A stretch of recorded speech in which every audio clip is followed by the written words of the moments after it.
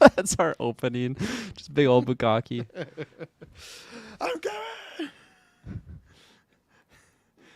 If it was that, the opening would be something like, Holy shit, I'm gonna come.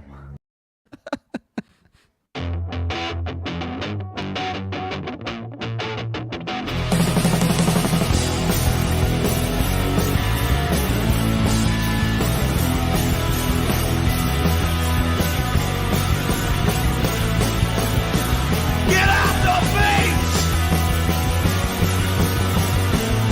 Get out the face!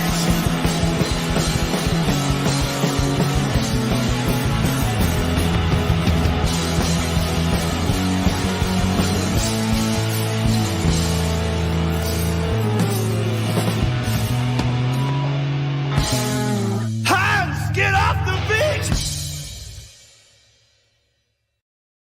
hello, ladies and gentlemen, and happy early Halloween. I'm Iceman, Travis Snail, and I'm joined by... I am the sexy nurse, Kirklin Panther. I'm Goose Taylor Field. Yes, ladies and gentlemen, this is our Halloween edition. We're going to be doing it at one point Thursday, but it was switched around. So, because next week, who knows when the cast, but it won't be on Halloween. So this is us. If you can watch all of us, we're in our nice, glorious costumes. If you're listening, I don't know, you're missing out. What are you doing? You're missing all this and everything like that. I will say, so I had told these guys what my costume was, because how my inspiration was. I can't remember what it was. Me and Emily picked back and forth. We started that, and she just wanted something warm. And then I thought, oh, we should have to do the Top Gun thing. So she's gonna be Goose, and I'm gonna be Iceman and stuff like that. And I told these guys, and then Taylor was like, oh, can't wait to show you are. And we came on. Me and Taylor had not planned this at all to be doing. You look like you're dead, Goose, by the way. Just you're not even moving at all. But She's gonna be Goose. She's gonna be Goose. He's pissed. That's weird. Why she's gonna be Goose though? Because Goose and Iceman don't really have an association. She just wants to do the mustache for fun. That's what she wants to do. And then that's fair. Ellie's That's going to fair. be Maverick. We got her little fighter pilot outfit as well too. So That's you fair. know Cool. she can be Goose, but she looks great in that suit. But where did your inspiration come from? I just I've kind of gone through different phases of like facial hair, and I thought, you know what, like I can pull off a mustache, and like you know what, we Goose did the has a gauntlet mustache, send off. We saw and, that facial hair from like that day. for the past year and a half, my niece has just been calling me Uncle Goose, and then when I saw Top Gun, I really just kind of resonated with the name and thought, like, I love that Goose, and I thought, you know what, after seeing Top Gun Maverick, I thought this would be good, but the downside was I did a whole clean shave like a month and a half, 2 months ago, and I thought, oh damn, I forgot I was gonna try and do Goose for Halloween, so I kind of scratched that. But then a week ago, I thought, you know, I'm kind of there. I have the mustache, and kind of there. I went into Halloween Alley, and I thought, oh, they got a really nice Top Gun flight suit. I thought, you know what, let's do it. Let's do. Is it a full flight Goose. suit? Not just a yeah. jacket? Yeah. Get up. Oh, I yeah, want I to see got- your butt. Oh, I lost my headphones. Do a little spin for me. Oh, yeah. Look at you guys. You guys are ready. Holy, on the flight deck. For the audio listeners, they are doing a little show for me right now, and I'm like, Fun fact: I'm wearing a woman's costume actually, and it fits perfect. oh, yeah, me too. Yeah. Yeah. I'm wearing a woman's costume as well. The yeah. men's was just like way too big. Holy crap. Too big, yeah. Yeah, too big. You look ready for action. I like it, both of you. Looking yeah. fabulous. Why no Hangman? You didn't want to do the Miles Teller? Or just because, like, original, you wanted to be the Goose? My niece and like my sisters, they kept She calling doesn't me call you Goose. Uncle They kept Hangman? No, they kept calling me Goose all the time. I thought, you know what, I love this. I love it so much. That's I gotta fair. go Goose. So It's a great call sign. What is the inspiration for your costume, Kirkland Patzer? You know, I promised I was dressing up, and then I realized all my fun, like, costume ideas are at my parents' house, and I didn't want to scoot over there, so I was like, hey, Shay, can I borrow a scrub and, you know, your stethoscope? Luckily, she's not working tonight, so I get, like, this is a real nurse's stethoscope right here, gentlemen. This Wow. isn't a prop. This is the expensive stuff. Has so. been sanitized. It's fuck. I hope so, or I'm getting super whatever they got at the She gave you the hospital. anal probe one. Yeah, that's not a stethoscope. No. Just Like, put it on yeah. a little hole just to find out what's going on. But yes, ladies and gentlemen. So, you know, this is supposed to be a fun, laid back one, but we just got a copious amount of news. It just like decided to drop everything today. So, Taylor, where can they find that all out? ladies and gentlemen, you can find that with your internet connection in the search bar. GeekVerse.ca is our home base. GeekVerseCast is our Twitter. GeekVerse is our Facebook. Too quick. Every week I it gets feel faster. the need for speed. Whoa! Do Great Balls of Fire while we're waiting. You Do you have see, your little piano that you I can don't pull know out? Goodness gracious. Well, I know like the chorus. Yeah. Holy gee, I don't remember that. Great balls of Jesus. Holy That's not in the Jesus. lyrics. You see, it's not my problem with Taylor's quote fast reading and stuff like that. It's not his flying. It's his attitude. You know, the enemy's dangerous, but Taylor's worse because he didn't give me a chance to share these fucking links. But ladies and gentlemen, yes, everything you need to know is down below. Our video, our audio, our Discord, our Patreon, where you can get episodes ad-free, exclusive, and early. We just dropped the Gauntlet, or actually, sorry, the drop of, did it? Yeah, the Gauntlet send-off has dropped. It's 2 hours. There's a preview on the main feed, but 2 hours of us just talking about our esports league, and you get behind-the-scenes stuff, some GV drama, some storylines that would have happened, some moments that we forgot about. It was a very good time, and look forward to that because November 5th is the official send-off. You're going to be getting a bunch of rematches. Me and Kirklin and Sluggers, me and Kirklin in Fight Night, Taylor going against Kirklin, and what did you guys decide again? You go Strikers. Taylor for some reason has something against him in Strikers. I can confirm this, that for the first time, Dylan's actually revenge match. He didn't want to do a revenge match, and I appreciate what he chose. Is technically it's never happened in Gauntlet. Tyler Saris and Dylan must have never gone one-on-one in the Gauntlet. So for a send-off, it's going to be, we changed some things. Madden? Yeah, yeah, it's gonna be Madden. We just spring that on him and just, oh man, no, it's gonna be Saris versus Muss in Rocket League. First time ever in the Gauntlet, never cross paths, so look out for that. There's also us in the three-way for the last ever sports and world title for GeekVerse Gauntlet. You got the tag team titles, myself and Taylor the Wolf Warrior. Yes, we have some problems. We're gonna be having a ladder match, me and him, our third wrestling match, but we've signed contract, and Taylor, I feel like we can put our bygones aside for a second, for at least half an hour to an hour, because I don't care who it is. I very much want to be the last team's champion if I got to partner with your bitch ass, you know. My bitch ass. You know, bygones be bygones. Let's have at her. Yeah, you got that going on, and then the trivia battle, which, man, if anyone's seen, I'm not sure if you guys have seen the Green Mile, Michael Clark Duncan, but there's that gift that always goes around when he's like, I'm tired, boss. That's me right now, because this trivia battle, now this is the biggest trivia battle yet. There's just so many plates moving. Luckily, I'm confirming a lot, but there's so many people that are like, not so many. We got a lot of people ready, but there's lots of like, oh, I'll be able to know like a few days before. The plates are just spinning and moving. I'm very excited for November 6th to have a long sleep, because my goodness, this is legitimately our biggest extra life yet. Between all the events, between the match, the Gauntlet send-off, and the trivia battle, have a bit off more I can chew. I don't know, but the show is going to be damn good, and that's why you want to donate. Come watch at least, but come donate. We're trying to raise $3,500 towards BC Children's Hospital. It's all tax deductible, and any amount helps. It doesn't matter what amount. We've had many years where we're $5 away from the goal, and that gets us there. We really appreciate that. Goes towards kids and families who can't afford these surgeries, that need these for treatment, for cancer, for birthing issues and things like that. So you want to go over there. It's for a good cause. Like I said, tax deductible. And if you can't, just watch, like, and share it on the day of, because that helps. As we said many times, we've bumped into people that we've never met that have donated or shared and stuff like that, and this is our biggest goal yet. Last year we got past $3,200, but still now we're adding an extra $300 on there, so it's a girthy goal. We got some money there, but it's still, there's a long ways to go, so we appreciate your support, and just come watch because it's going to be a good time. And then head over Manscaped, use that podcast code Manscaped.com, GVPOD, get 20% off and free worldwide shipping. You're gonna want to do that with Halloween coming up. You know, you're gonna be in costumes. There might be like us and this heavy stuff.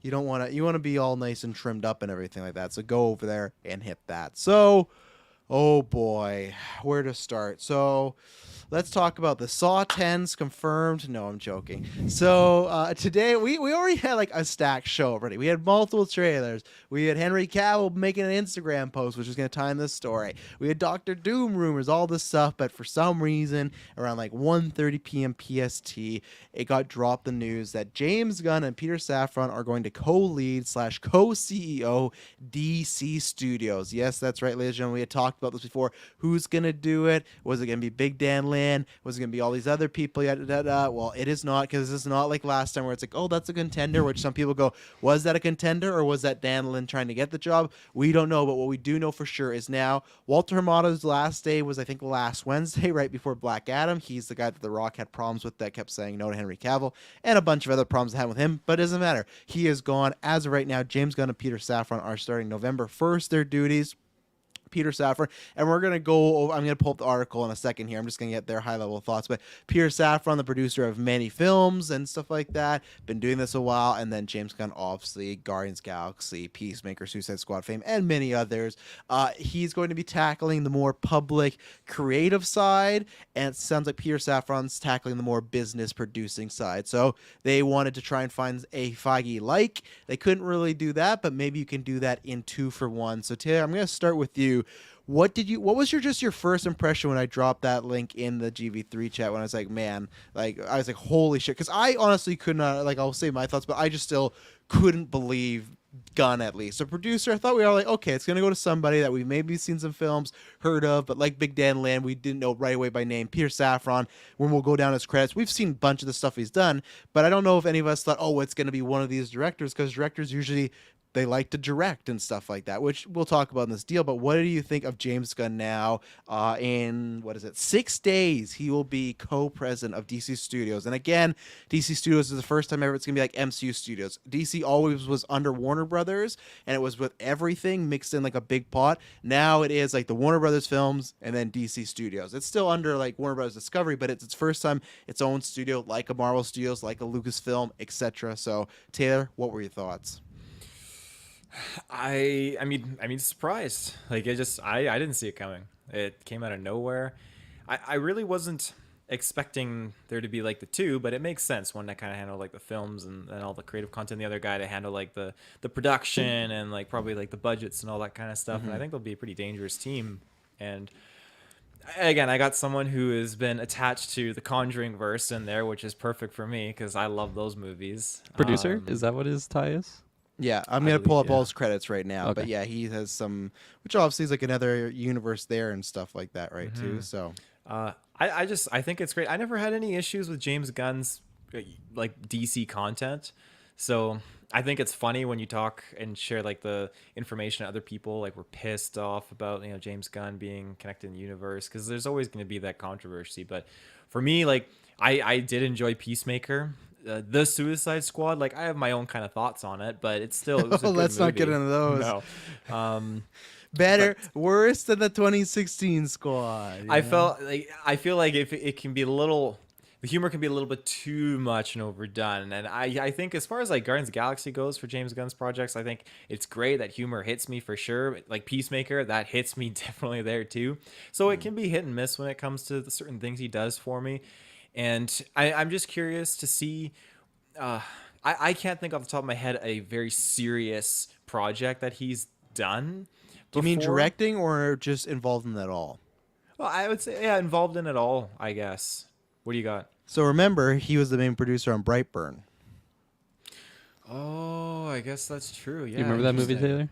Not really. No. Yeah. I need to rewatch it though, because it wasn't We that reviewed bad. that, right? We I did. think- Yeah. we did. did review that. Yeah, okay. We've just done so We many saw it movies. together. I got to give it a rewatch, but I'll pull up some of his other credits too. But for Peter Safran in his early days, he's been producing movies since 1997, so a long career as far as just the film side.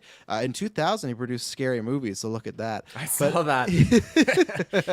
He's a winner in my books. But Heist, Over Her Dead Body, disaster movie, Scary Movie, Rocket Man. So there's some iffiness in the early years there. Vampires Suck and stuff like that.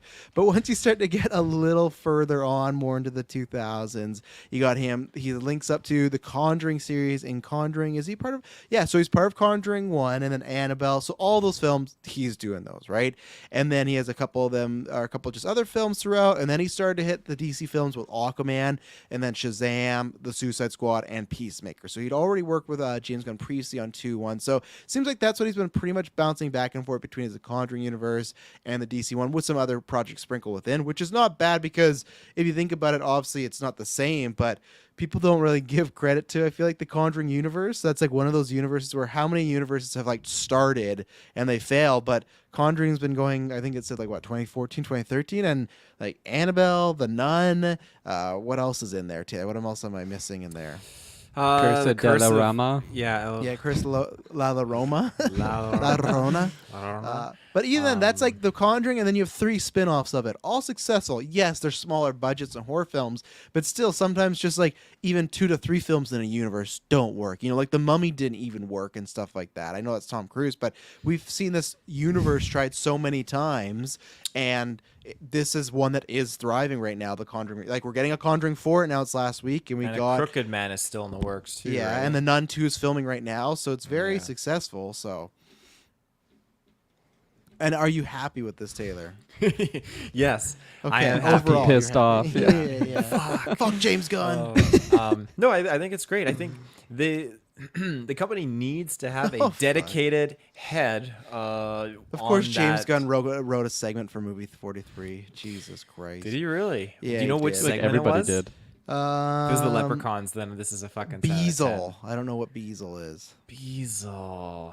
Look it up. Well, if someone can look it Sure. up, I'll finish my I will, thoughts. yeah. But Never yeah, thought I I'd be think- searching up movie 43, the Beazle segment, but here we are. I think that this is fantastic because we've talked about it before, but Warner Brothers needed to dedicate someone to be focused on that kind of component and just kind of spearhead that. And I think this is exactly what they needed. It's a long time coming, and now that they have that kind of dedicated team to work at it, I think it's going to be very, very fantastic, and it's going to get some like really good focused content too. We're going to get some really maybe more cohesive stuff that kind of intertwines more better with each other and not a little bit messy or anything like that. Not that it's messy now. It still all falls within the same There's universe. some mess. But There's some mess there. Yeah. Beazle was the animated cat one with Elizabeth Banks, and I think his name's Josh Duhamel or whatnot. Do you remember that? No, there you go. And yeah, there's another one. We've retrospected that. There's another one. He wrote Dawn of the Dead, directed by Zack Snyder and stuff like that. And let me go through his credits as far as just like writer and stuff like that. Oh, why you're not going to give me the writing credits? What did IMDb do to their system? Oh my god. Uh-oh. Anyways, obviously he wrote the Guardians movies. He's wrote, even Slither. Like it has some of those James Gunn isms, but he also wrote Scooby-Doo movies, Taylor. That's like a big win. Scooby-Doo 1 and stuff like that. Did you ever see Super with Rainn Wilson? Super. It doesn't sound Who is- familiar. We should probably retro that one time. It was Rainn Wilson and Elliot Page, and it's him trying to be a superhero, but it's like a very darker version of Kick-Ass, I'd say. So, Yeah, I Huh. don't know that. Interesting. I thought you were going the Rain. Was it what's Owen Wilson's brother? Luke Wilson. Him and Rainn Wilson and Luke Wilson. What's that one? It's like a superhero movie.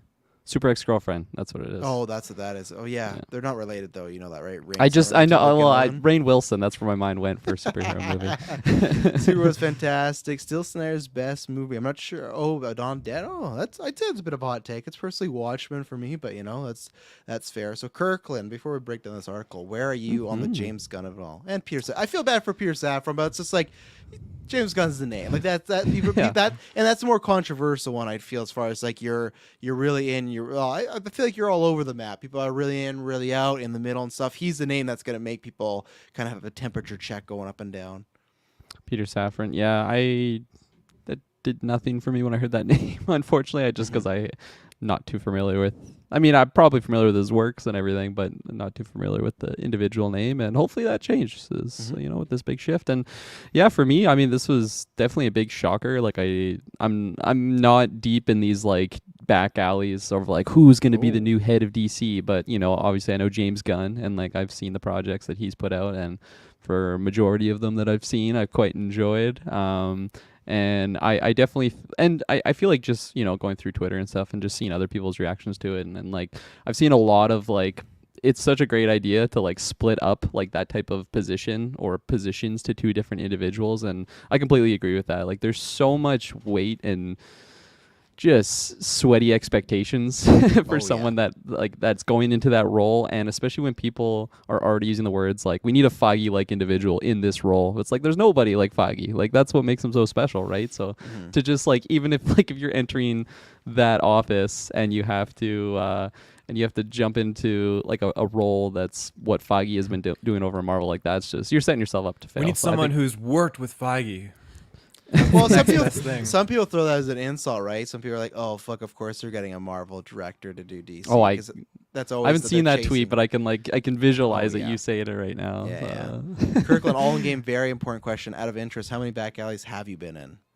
I try and avoid them as much as possible. I've seen a lot of just like The Waynes. bad things go down in like movies, in Yeah. alleys. So I'm not like, if I was Spider-Man, I'd be running down them and ripping the shirt off, getting into my outfit and going up the walls. But I can't do that. So I think you're doing usually something else stay if you're around ripping your shirt off in the back. them. Yeah, when you don't have powers, you don't want to be doing that. You want to fuck Spider-Man? Fuck on me. Fuck. Fuck on me. But like I said, like I feel like I see this news and it's a big shocker initially, and I was already like optimistic with someone like Big Dan Lin coming into the role. I feel like for the projects that he had been a part of, and like it just seemed like it would. I don't know. Like I don't have a reason to like doubt it, or maybe that's a wrong word. I don't have a reason to like be negative about it with like a role like that, because I'm like, I have no idea what's going to happen in the next few years. But like something like this, it even has me more optimistic on the DC side of things now that like even like I think, what was it, James Gunn is more like the creative side, and then Peter I can't even say his name right. Paul Dano. Oh, I apologize, Peter. Imagine that, James Gunn and Paul Dano. They're like, you wrote Please. that Riddler comment. This was the exact article. Gunn will focus on the creative side of things, while Safran will focus on the business and production side. Yeah. Both are expected to continue to direct and produce projects respectively. They will report directly to Zaslav and work closely with Warner Films boss DeLuca and Abdi. They were kind of running DC things before, like in the interim while we found a guy or girl or whoever. Sources say the deal runs for 4 years. Gunn will be exclusive to DC. The goal is for them to not just be producers, but truly function as execs, even as Gunn will occasionally hone his own film. Interesting. Well, if you'll have like a JJ deal where you just Does nothing for 4 years does and absolutely collects nothing. money. Yeah. Fuck. But like I said, like I hear this news and it's definitely a shocker, and then optimistic and kind of exciting to the possibilities that can come out of it. But other than that, I'm not gonna take this home and be like DC is gonna be taking over Marvel, or like Marvel on the hype scale and just the quality scale and all that stuff. Like I definitely think that we're far away from like seeing what that effect will be. They had a good week though, They checkered Marvel every time this week. Like you can say, okay, Black Adam came out, but then that Ant-Man trailer dropped, and we're gonna talk about this all. But Cavill news came out, and the Cavill news completely just that's fair. And now today, same day they dropped the Guardians Christmas special, they dropped this news. Some insiders think it's because tomorrow's the Wakanda Forever premiere, and that will kind of have to have Feige being like, I feel like it's one of those things where like you can't really, what is it? You can't appreciate like a sunny day unless you have like a cloudy day, and because DC's just been in like a fucking hurricane for like so long, they see like a shimmer of light. It's like, holy shit, Henry? this is crazy! Stop the press! Yeah, Henry's coming back to save us. Save me, my lord! Before they just stomp on him. So I feel like maybe that would be the comparison there, but I can't doubt it. Like that is very big things, but. Also, if we had Henry Cavill doing movies as Superman for the last few years, I don't think we'd be blowing up like we are right now. That's true. Yeah. Do you guys think James Gunn's just texting Feige off the clock? Be like, hey, I'm I'm the new you now for DC. Like, it's over, bud. You're It's done. over. That's what he texts him. It's over, bud. Even though they got to just doing promote Marvel a movie. press. Yeah. It's over, bud. He just looks over every time. It's over, bud. Walks on stage, spits on him. like, I would love. Okay, not the hairstyle. spitting part, but I would love it if they were friendly enough to really play that up in Guardians.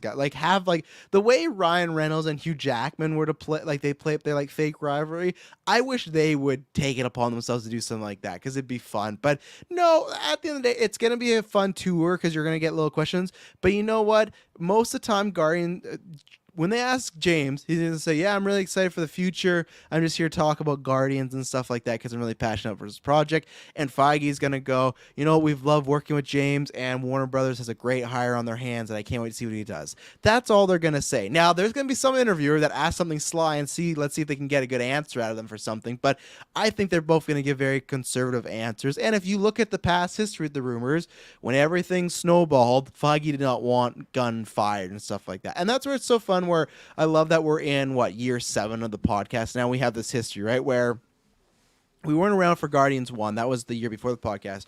But we got that. We had the lead up to Guardians 2. We had that movie, See the Guardians, and Infinity War and all this stuff. And then we had the firing James Gunn, that weekend of Comic-Con where those tweets were all found, exposed and everything like that. And then he got let go. And then a few months later, He comes back to Warner, or he goes to Warner Brothers, makes the Suicide Squad, and then lo and behold, what happens? Marvel announces James Gunn's coming back for Guardians 3, and man, here we are, October 25th, 2022, and James Gunn is now the Feige, or one of the Feiges over at DC, and just think about that chain of events. And that's where no matter what, and Feige knows this, and the Marvel teams know this, because apparently there's been some rumors that Marvel isn't too happy about this, but it doesn't matter, even if it was some other guy's decision.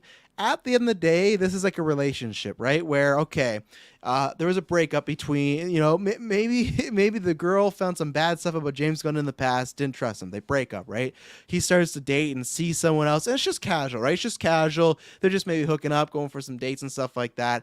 And then Marvel, the first girl says, let's give it another go.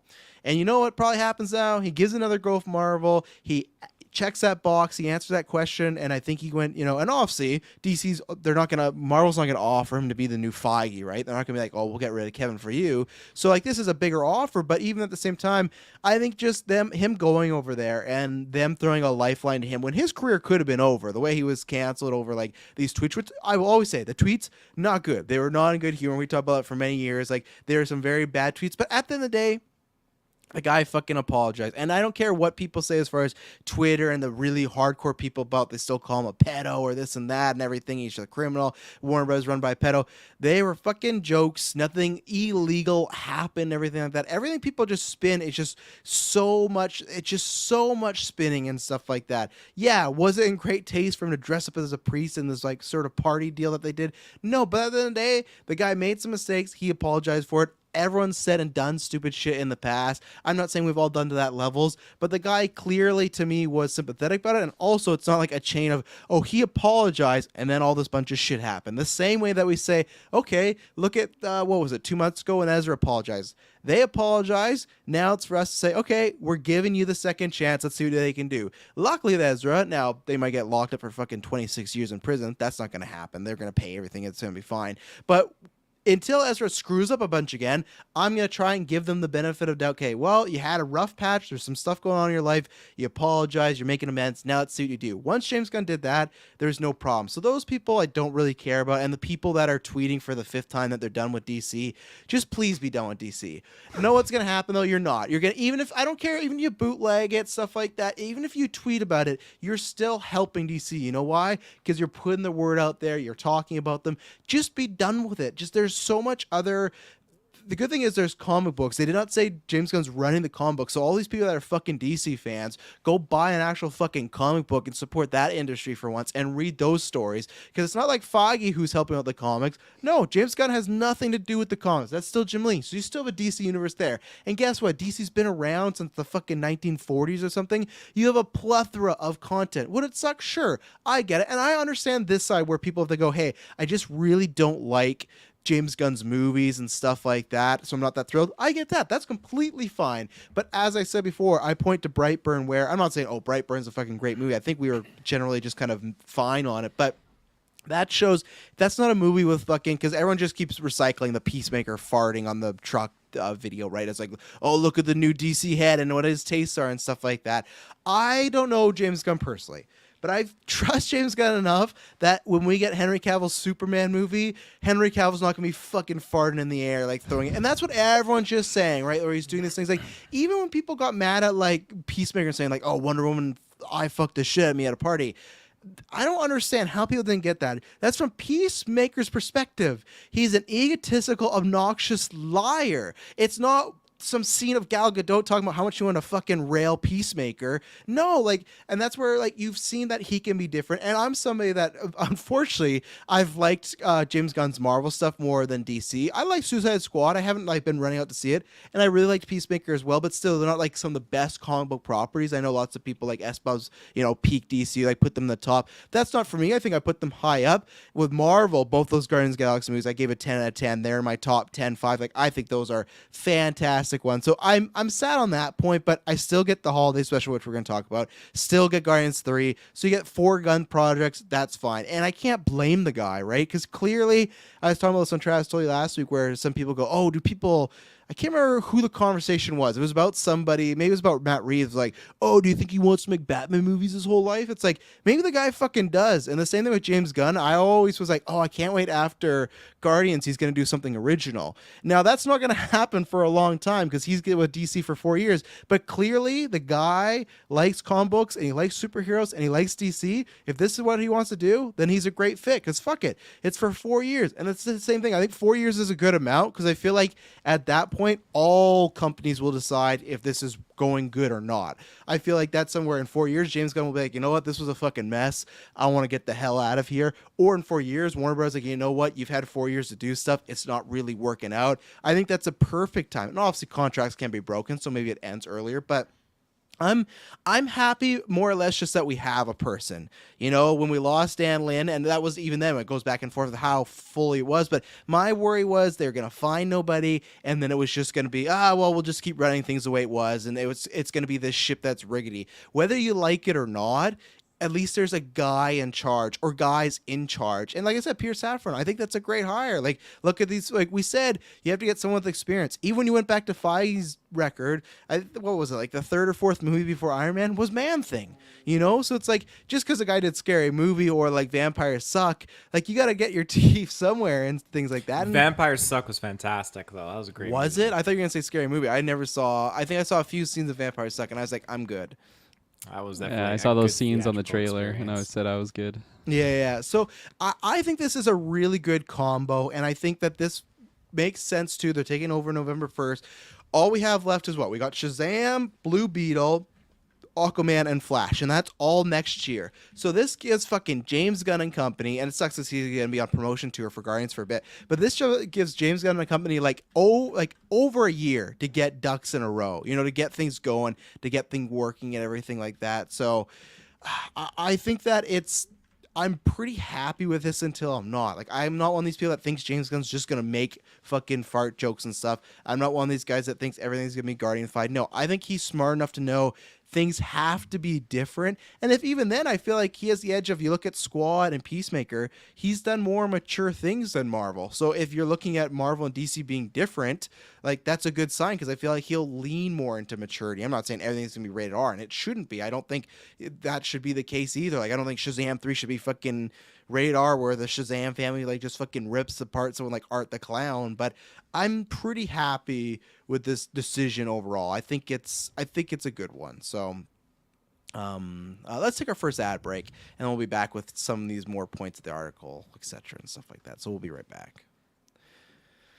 And we're back. So let's take some comments here. Superman Mike says, let's just hope the business side of the team doesn't overrule the creative side this time. I agree, but I think that's the good thing about James Gunn being in this, because he's not a suit and he's not like a fucking just producer guy. I think there's going to be times where he'll fight for the creatives. He's talked about before where there's times where, even at Marvel, I think that's why he likes DC, where Feige's in that room and he's, you know, he wants to say, and Gunn always like, I get that, I understand that, but this is a time where I think he might go a different route and say, well, if someone's here, we hired them to do a job. We hired, you know, I don't know, whoever fucking, we've hired Ari Aster to do the Poison Ivy movie.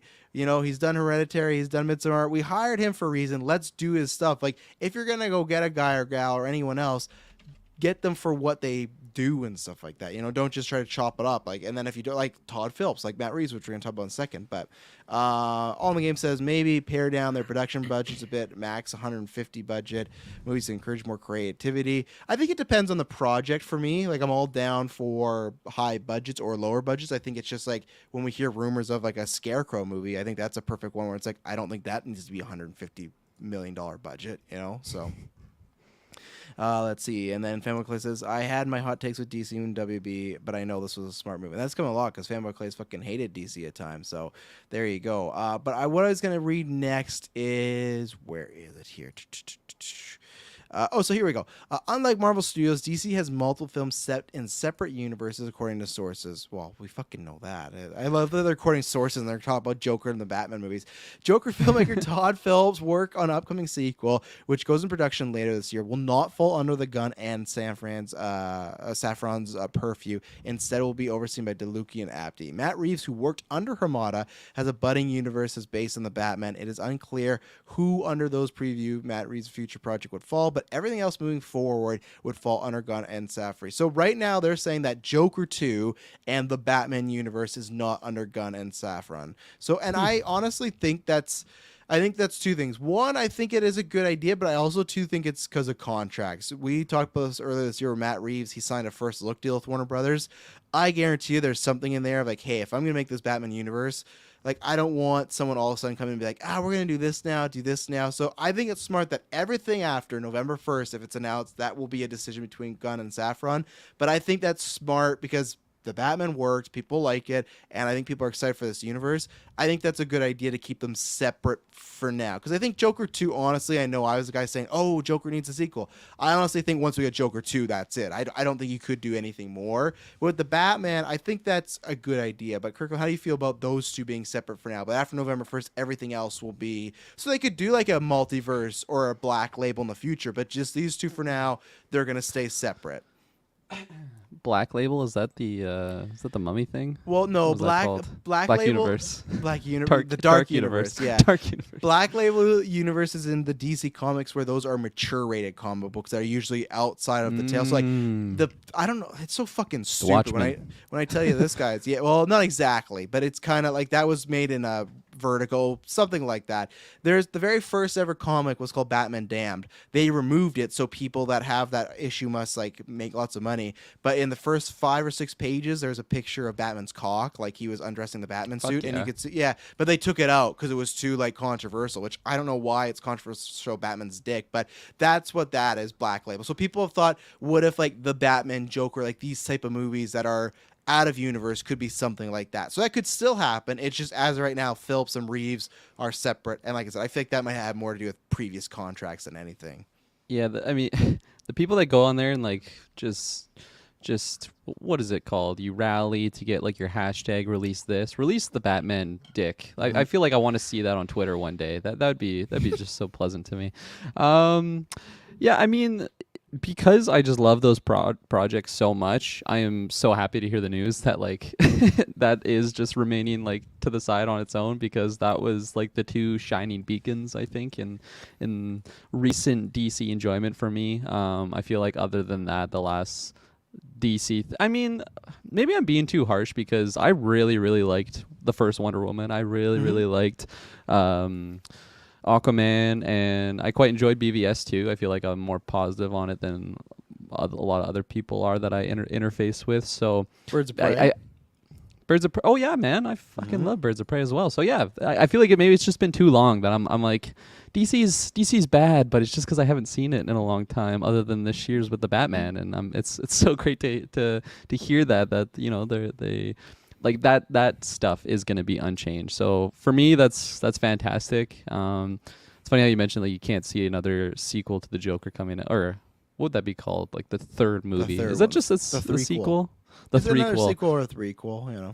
I feel like I had that thought when I left the theater for the first one. Yeah, I was like, there's no way they're going to be a sequel to that one, but alas, here we are. And you know, money talks at the end of the day. Like if you know, it brings in another Big Billy, and then you have someone with just like another great idea to continue the story in an amazing way. I can't see why they wouldn't just keep going on that route. Or you could even, with these rumors of Gaga being well, it's pretty much confirmed Quinn. You could do like her just a solo thing that way too, right? Yeah. Of just without him. If he Ivy next, we just keep like switching characters. Wouldn't he be? That would be great if you jump from like Joker and Harley to Harley and Ivy. You know. Fuck yeah, and then Ivy to Bane. Do full circle. Dave Bautista in the big Bane costume. Oh fuck yeah! He's James Gunn, baby. This is his time now. I know he's older, but this is his time. Give me what I want. Oh yeah. Give me what I want. I want it. Okay, but yeah, I'll pass. I'm in control here, and you're gonna give me what I want. This is James Gunn and Bautista. Give me what I want.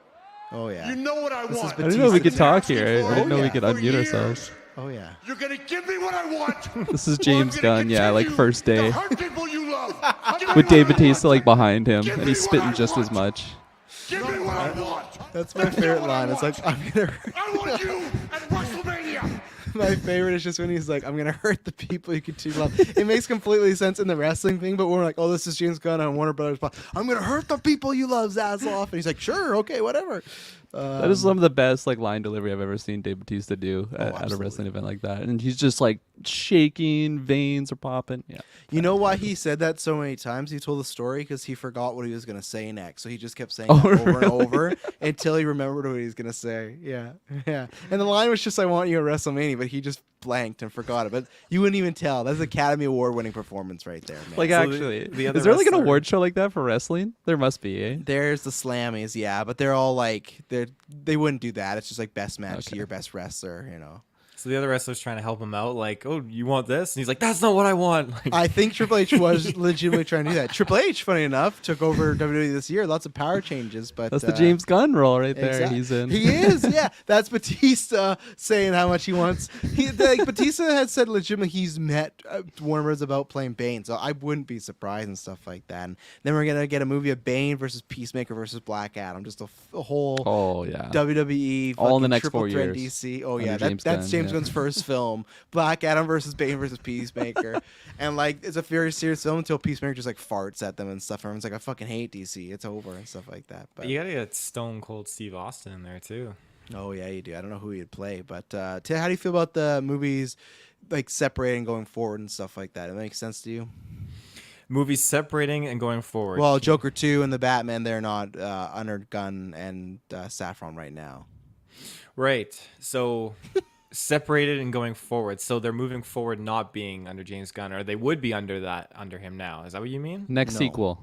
The next Well, sequel I don't even know would if the be next under. sequel. I don't know about that because it still says the Because of the Matt universes, so- Reeves thing? Because Yeah, he has 'cause- like first say on everything? Because he's gonna be doing a bunch of fucking spin-offs and TV like that. Because today we also got announced that they found don't get started on all Cena in the for game, Bane. all in the game. I was thinking I wasn't gonna say anything, but now you just triggered it. That's over. He's Peacemaker.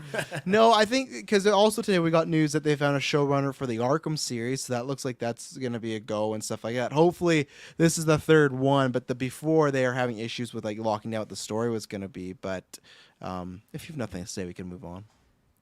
Well, I'm just trying to understand the question. So what do I think having these sequels I don't know, under the man. umbrella of James Gunn?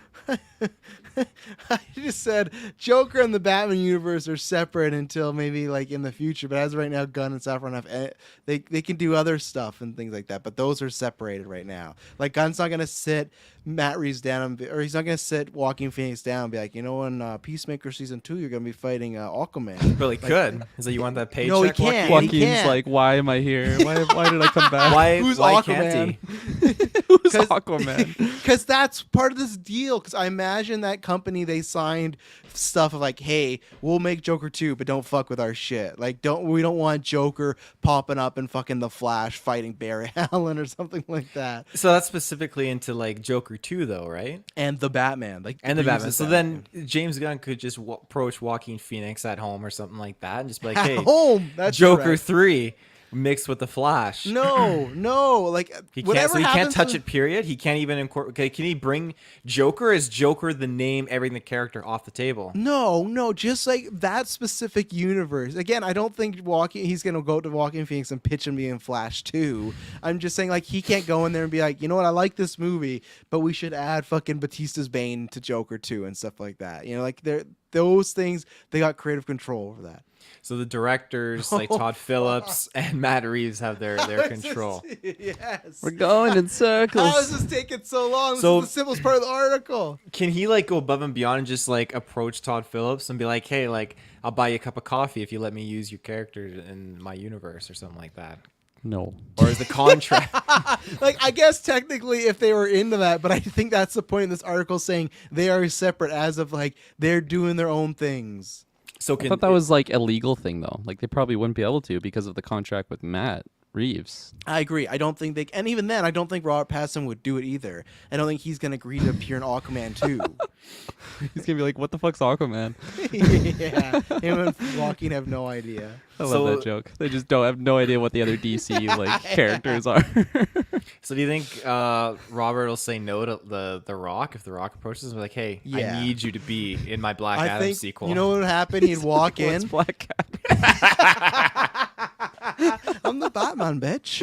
And then what would happen? He'd be like, no, I'm black. And then what would happen is on the Warner Brothers studio lot, he would just beat up the Rock and throw him out. Like, then that would be Pattinson because he's Batman. With prep time, he'll beat everybody. So, yeah.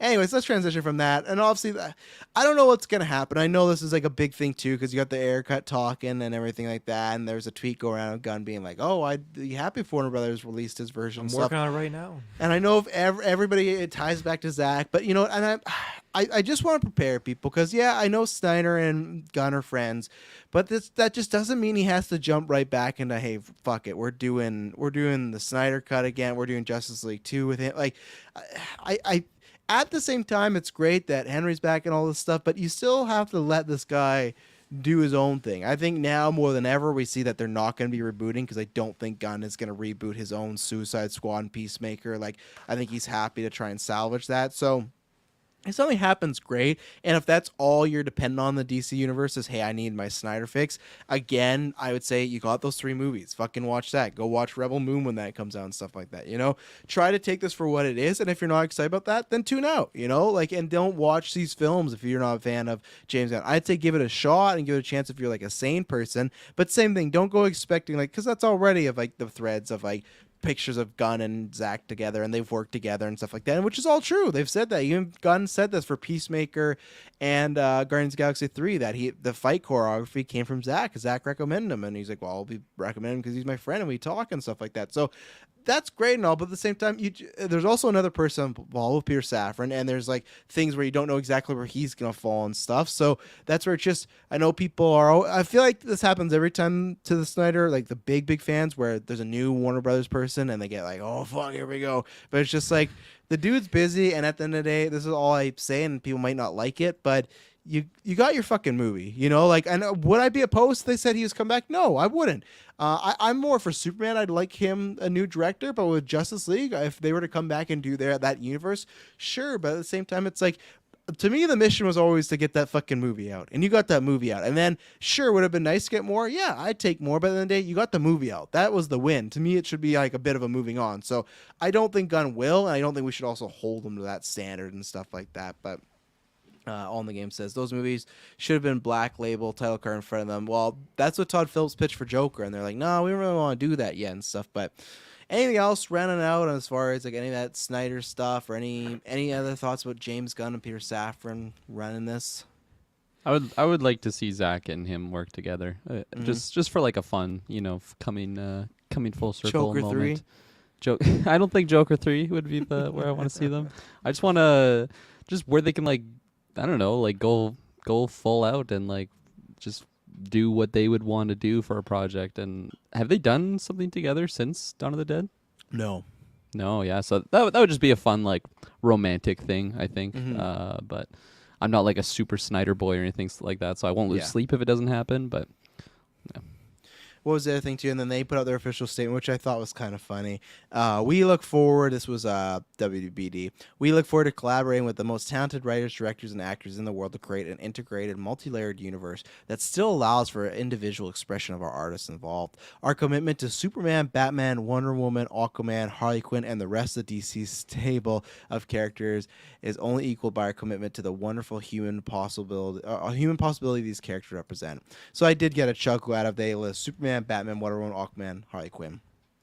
Not the Flash, not Cyborg, Harley Quinn before those characters. So it's a weird time. But speaking of, what are we at here? Yeah, we're fine. So speaking of, let's talk about Superman. And I'm going to tie that with this story here, because that's what everybody's been running amok about and stuff like that, right? So obviously we've talked about it a little bit. You can go check out our Black Adam review or our end credit and stuff like that, where we had Henry Cavill Superman back. I almost don't want to say it's like a spoiler, but it's like the guy fucking posted a video on Instagram. He Yeah. posted a video. It was a picture of him on set talking about how it's great to be back, and everybody, he's thanking the fans and stuff like that. And he says just a little taste of what's to come.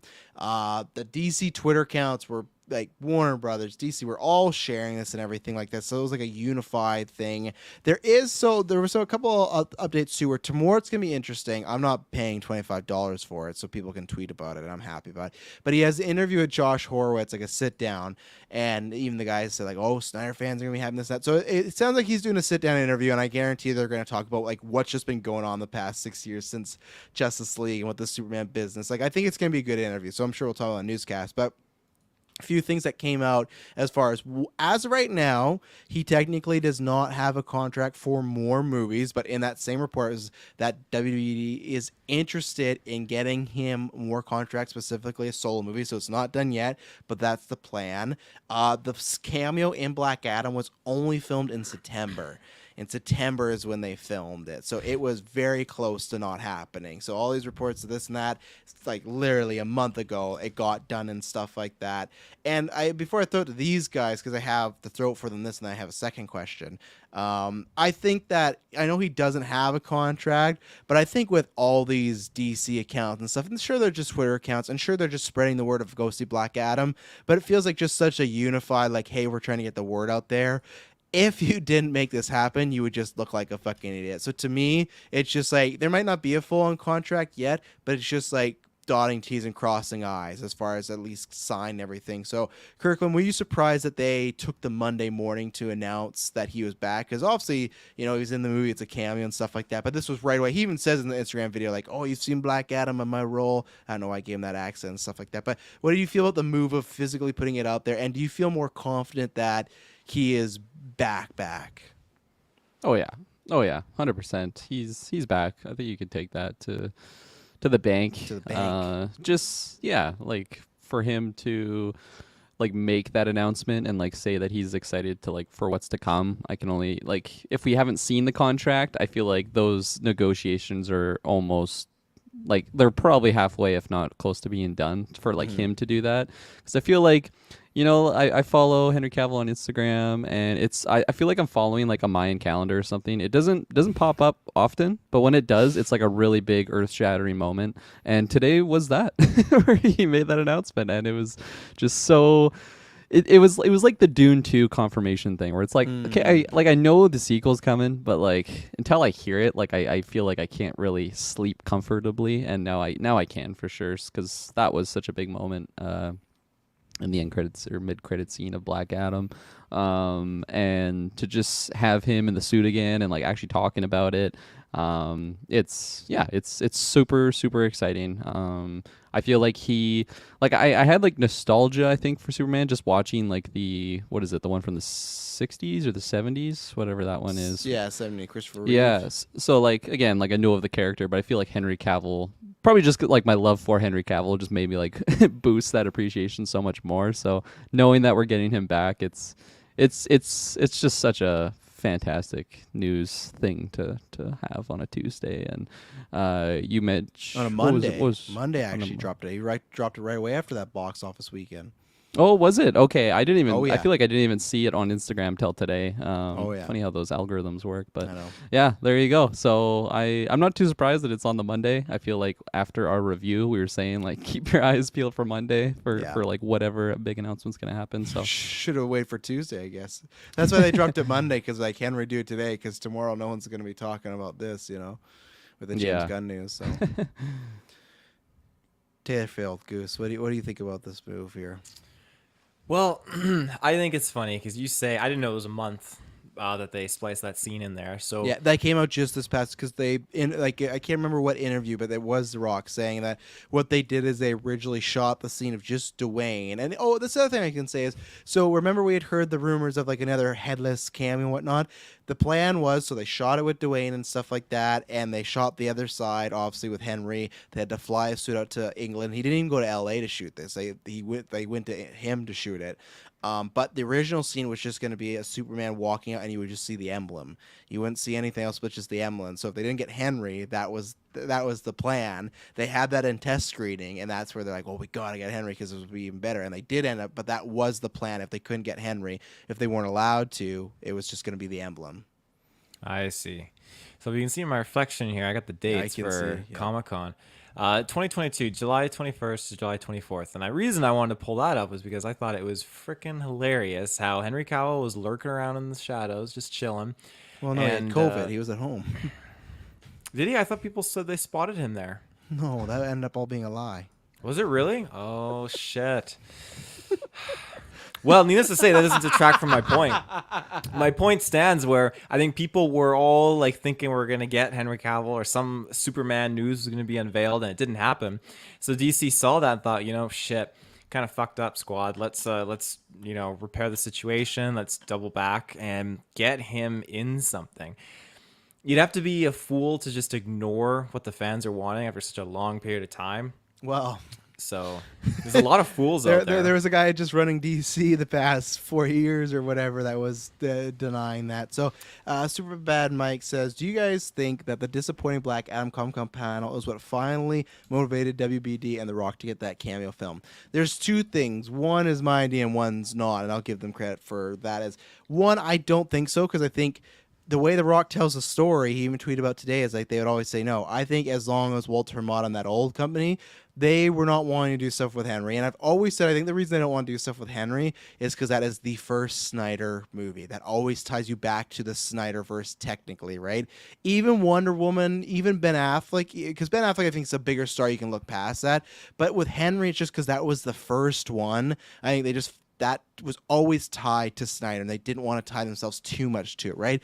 And those were the rumors, too. Like, the rumors were that in Flash, they were going to write off Superman, and it was going to be just Supergirl. Now there's rumors that, hey, Henry has filmed something for that, and that's no longer the case. So, like, if you look at the old leadership, they're going to take Henry Cavill out of that universe, and they're going to take Ben Affleck, too. And now that's apparently changed with the Keaton and thing and stuff like that. So, no, I don't think that Comic-Con panel changed it for that leadership. I think he took that to the new leadership and went, look what happened. And you guys, I think you probably talked about this before on the Vodka stream when you guys were on, but at least he's talking about when I was. Stephen Colbert, you can go check out his articles at Screen Rant, but he has a theory that The Rock on purpose had the idea to go get booed at Comic-Con so he could take that to higher ups and be like, look, I'm talking about Superman and they're booing me. Like, people are turning about this. And honestly, I don't think it's a bad theory, because we even said when we reviewed that, we're like, why? Remember he said that thing of like, well, it would be great to play or fight Superman depending who's playing him. And remember the moment we're like, that's a fucking weird thing to say. Like, why would you even say that if you know you don't? And especially in July, they didn't have Henry locked down. They knew they didn't have the goods. So why would you say that? And that's where it's like, that just seems really dumb for The Rock. So that's why, and maybe it was, but that's why I actually believe Steven's theory more of like, you know what? I could see The Rock doing that on purpose, because what do we find out later? That he had the DC boss, and then he went over top of him, above him, to go get the cameo done, because this guy kept saying no. So The Rock was already doing some sort of like shaky moves and 3D chess and stuff like that. So I think that he did do something with that. Now, to answer all the games question is, who's your choice to write and direct? This is what I wanted to ask you guys, because this has been the talk of the town now, where lots of people think James Gunn is going to be the one that direct the Superman movie. I personally don't, because he has been on record where he says the reason he likes to play with these smaller characters and Suicide Squad and Guardians is because people don't care about them as much, right? He can take risks. But to counter my own, devil's advocate, he can no longer say that, because as the co-president of DC, he's always going to be like playing with those big characters now. You can never be like, well, it's not me. Like, I didn't do that Batman movie. That was his idea before, where I feel like, oh, if I fuck up with Polka Dot Man, people aren't going to get mad because it's Polka Dot Man. But with Superman, no. So I get why people might think that. I don't think so. And my choice is all in the game. You already said I'm much like other people where, yes, I wish Christopher McQuarrie, who did the Mission Impossible movies, because him and Henry apparently pitched something to WB of like doing a Superman movie, and they like shot it down. So it's like, you got these guys you got Henry Cavill, and the director of the current Mission Impossible movie is pitching you a Superman movie, and you're like, nah, let's not do that. It was that, or it's JJ. I don't think JJ's happening now, because I think this power shift is going to shift him on out of there. But JJ, to me, Rise of Skywalker withstanding, I always thought he had the perfect sensibilities for a Superman movie. I think he just captures that Spielberg-ishness that would be great for Superman, and I think the pairing with him and Henry would be good. But Kirkland, even if you don't have a choice, do you think James Gunn, because it did say he's going to direct, and he is, I doubt he's going to stop directing. He's doing Peacemaker too. So do you think that he would go on to tackle the Superman sequel starring Henry Cavill? I don't think so. I feel like initially I'd be like, hell no. Like, he's the exec now. Like, even though, it is said that he is going to be still producing and directing, I feel like just that was my initial thought. But the more I stewed on it, within the last minute as you were talking, I was 3 stewing on it a minutes, little bit. yeah, I was marinating on high. Yes. And I feel like Instant pot. yeah, exactly. Pressure cooker.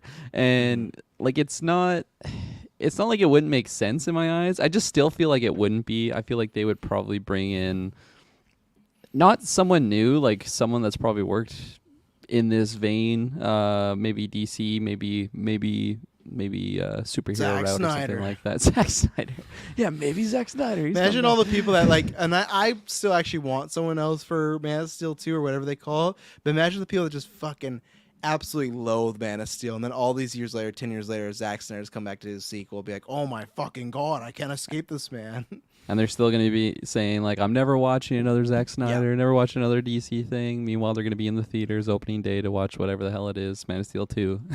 Yeah, oh, I know. And like, it's tough for me to just pull a name out of the hat on, like, who would fit perfect for that, because I feel like even if I had, like, a short list of names, there's been so many directors that have, like, done a certain type of genre of film, and then I've seen them do the complete other side, and both of them be like amazing. So it's so hard for me to get like a barometer on like, oh, this person would be perfect because of XYZ. Like, I just don't have the gift for that. So it's probably best that DC hired James Gunn over me, and Peter Safran. I keep just saying James Gunn. I apologize, Peter Safran. Yeah, I was in the running, but so yeah, yeah, that's why I deleted my first Twitter account, right? I had that DC job, and damn it. Yeah, so I don't think it's James. But do you think it's someone experienced if it's not James?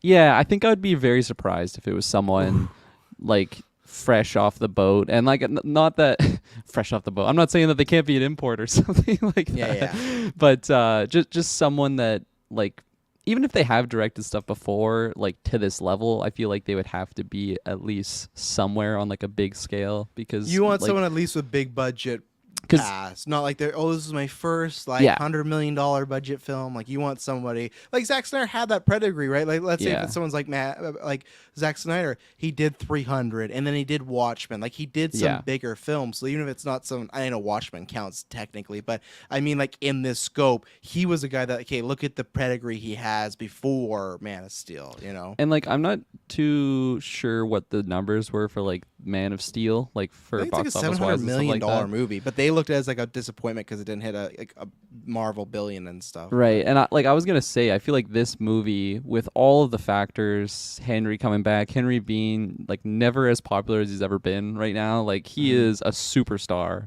Like this next Superman project, it just has the potential to be $1 billion movie, and I don't think it's gonna be like, it barely scraped by $1 billion. I think it could. I think it could be that, honestly. I think it really? could.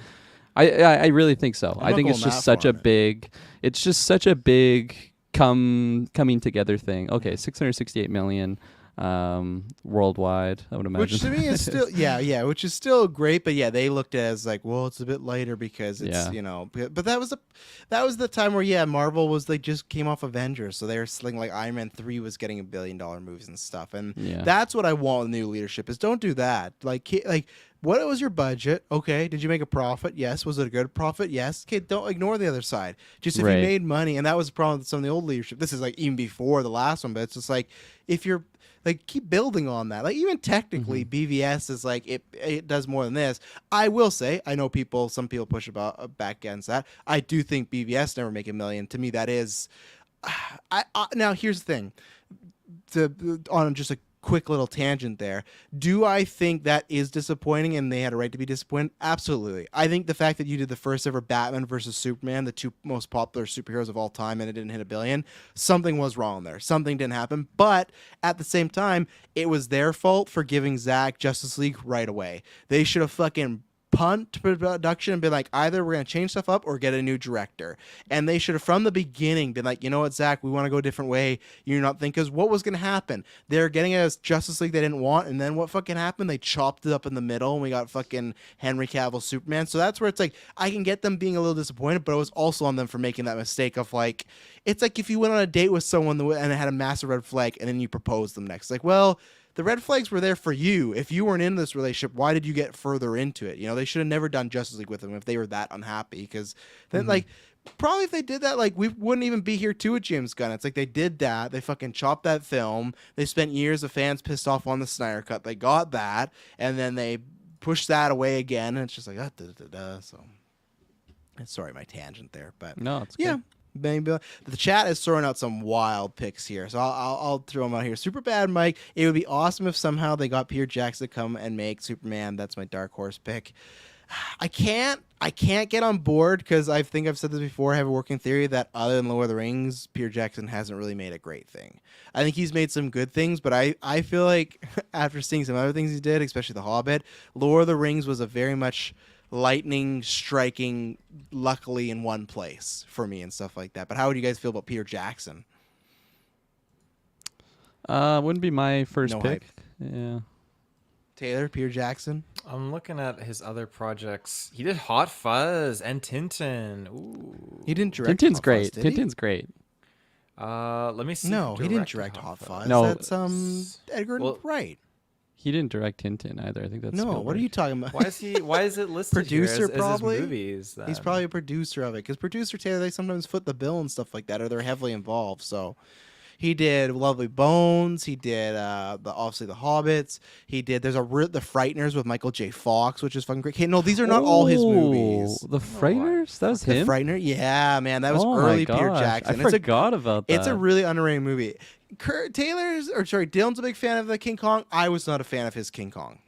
I like King Kong. I like King Kong a lot. Do you like it enough for him to direct Superman though? Like take Lord of the Rings out of it, just the director of King Kong. I wouldn't have a prerequisite of doing King Kong to direct my Superman movie, so I wouldn't. Yeah. District 9? Did he direct District No, he 9? produced This list it. is. Oh, okay. These are produced. His name is because technically, Taylor, if he were to win Google the search is Oscar, just Hot Fuzz. What happened there? Well, I clicked on it. See, this Oh, is okay. what I got here initially. Peter Jackson movies, and then yeah, no, because if you technically were to win an Oscar, he would get that and stuff like that. So Peter Jackson, Taylor, you didn't give an answer. What about that for you? no, I don't think so. Okay, on the game coming in with an even hotter pick. What superhero property would be best for Ryan Johnson? We're not going to do that because we got a lot of other topics, so maybe we'll talk about it in the future. But Ryan Johnson for Superman, I would be happy with it, but never would happen. Never happen. I think that would be very interesting because I think he would make. I do like Ryan Johnson's films. I don't think they would go that route. I agree. Yeah. And then Family Clay says Guillermo del Toro. I agree with On the Game. Man. Not weird enough, but there was years ago where he was working on a Justice League Dark movie, and it didn't happen because X, Y, and Z. I would love it. I know people are talking about Batgirl and stuff like that, which maybe could happen. It's not going to bring that back. They'd have to reshoot and everything. But I think there's a chance people like that, like a James Gunn getting Guillermo del Toro to do a Justice League Dark, that shit where I'm like, fuck yeah, like. Give me that. Like, give me some. And that's one thing I will say that I understand Marvel's method, right? Of they are the factory. They get directors, sometimes great directors that come and add their spice. One thing I've always loved about DC, Joker, look at a Man of Steel, the Batman. DC has done this before where what Logan did with Marvel. Like, get a director that really has a touch. And whatever it is, I'd love if Guillermo would come back and do something. So that's what I'm hoping with James Gunn is like the creative side. It's like, hey, we got this project. Let's find who could do something great with it. And I think I'm with you guys, Cam, that I don't think it would happen with Superman. I think he will direct something else. I think he'll stay directing even something smaller, but I don't think that. But what do you guys think about Guillermo del Toro?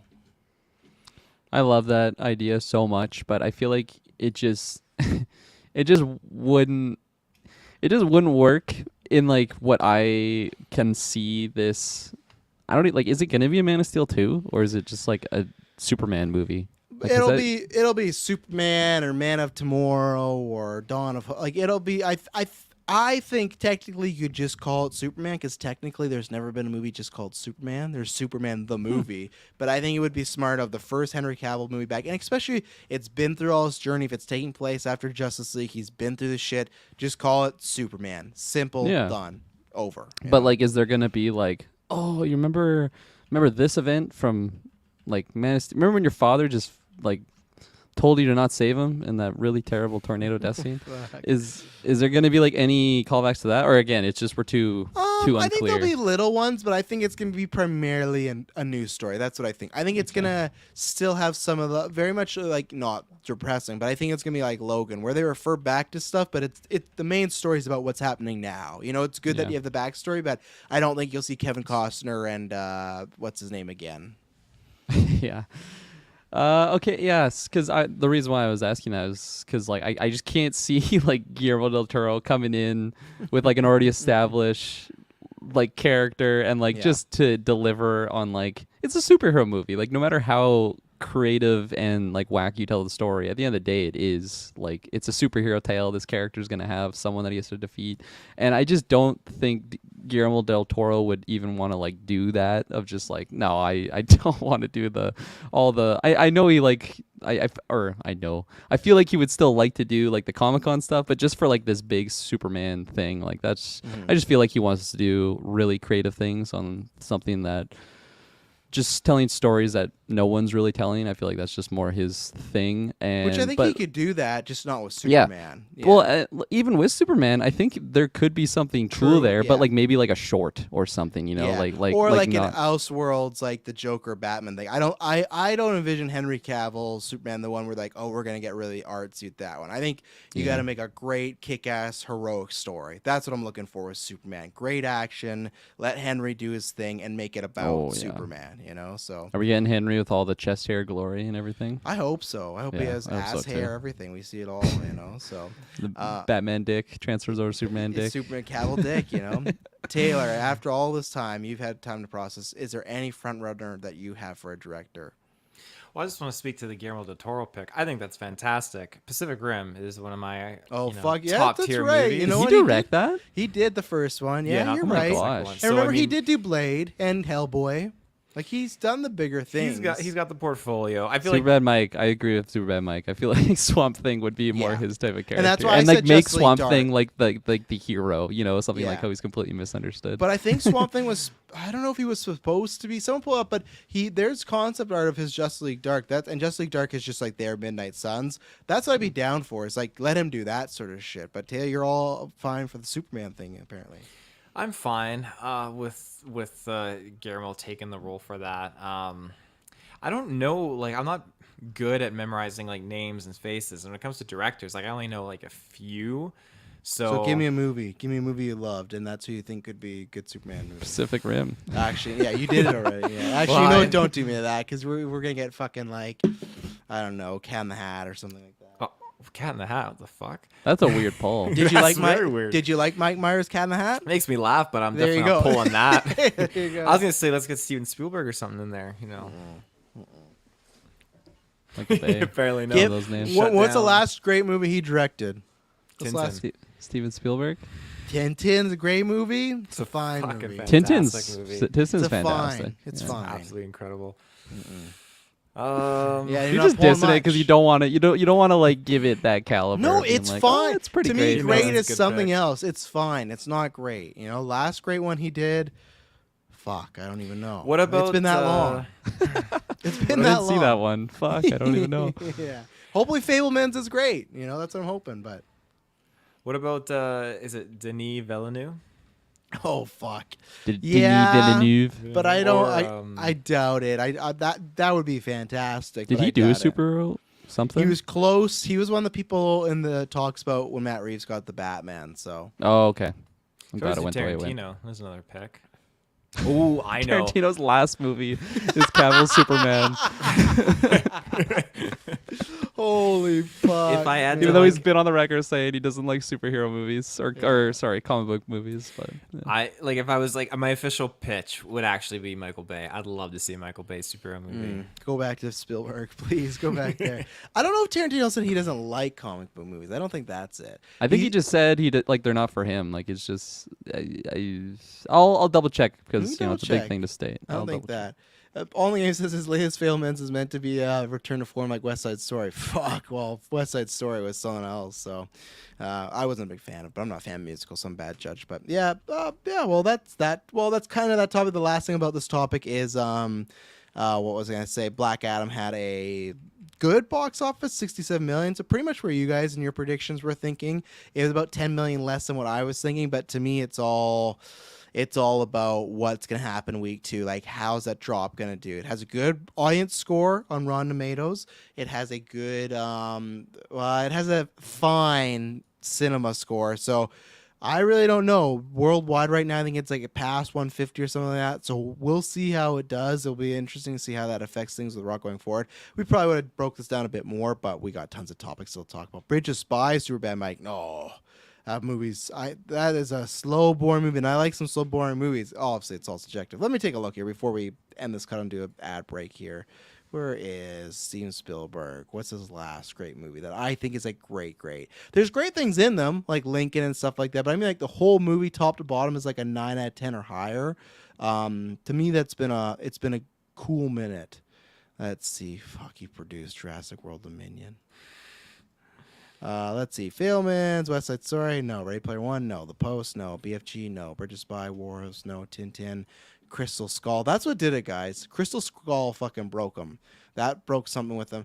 I would say honestly, you might be right about the Tintin thing, to be honest. Oh yeah. But I think, no, for me, because I don't put Tintin on the great level, it would be maybe Munich, but for me, it's definitely War of the Worlds. That's the last one I thought and that was 2005, guys.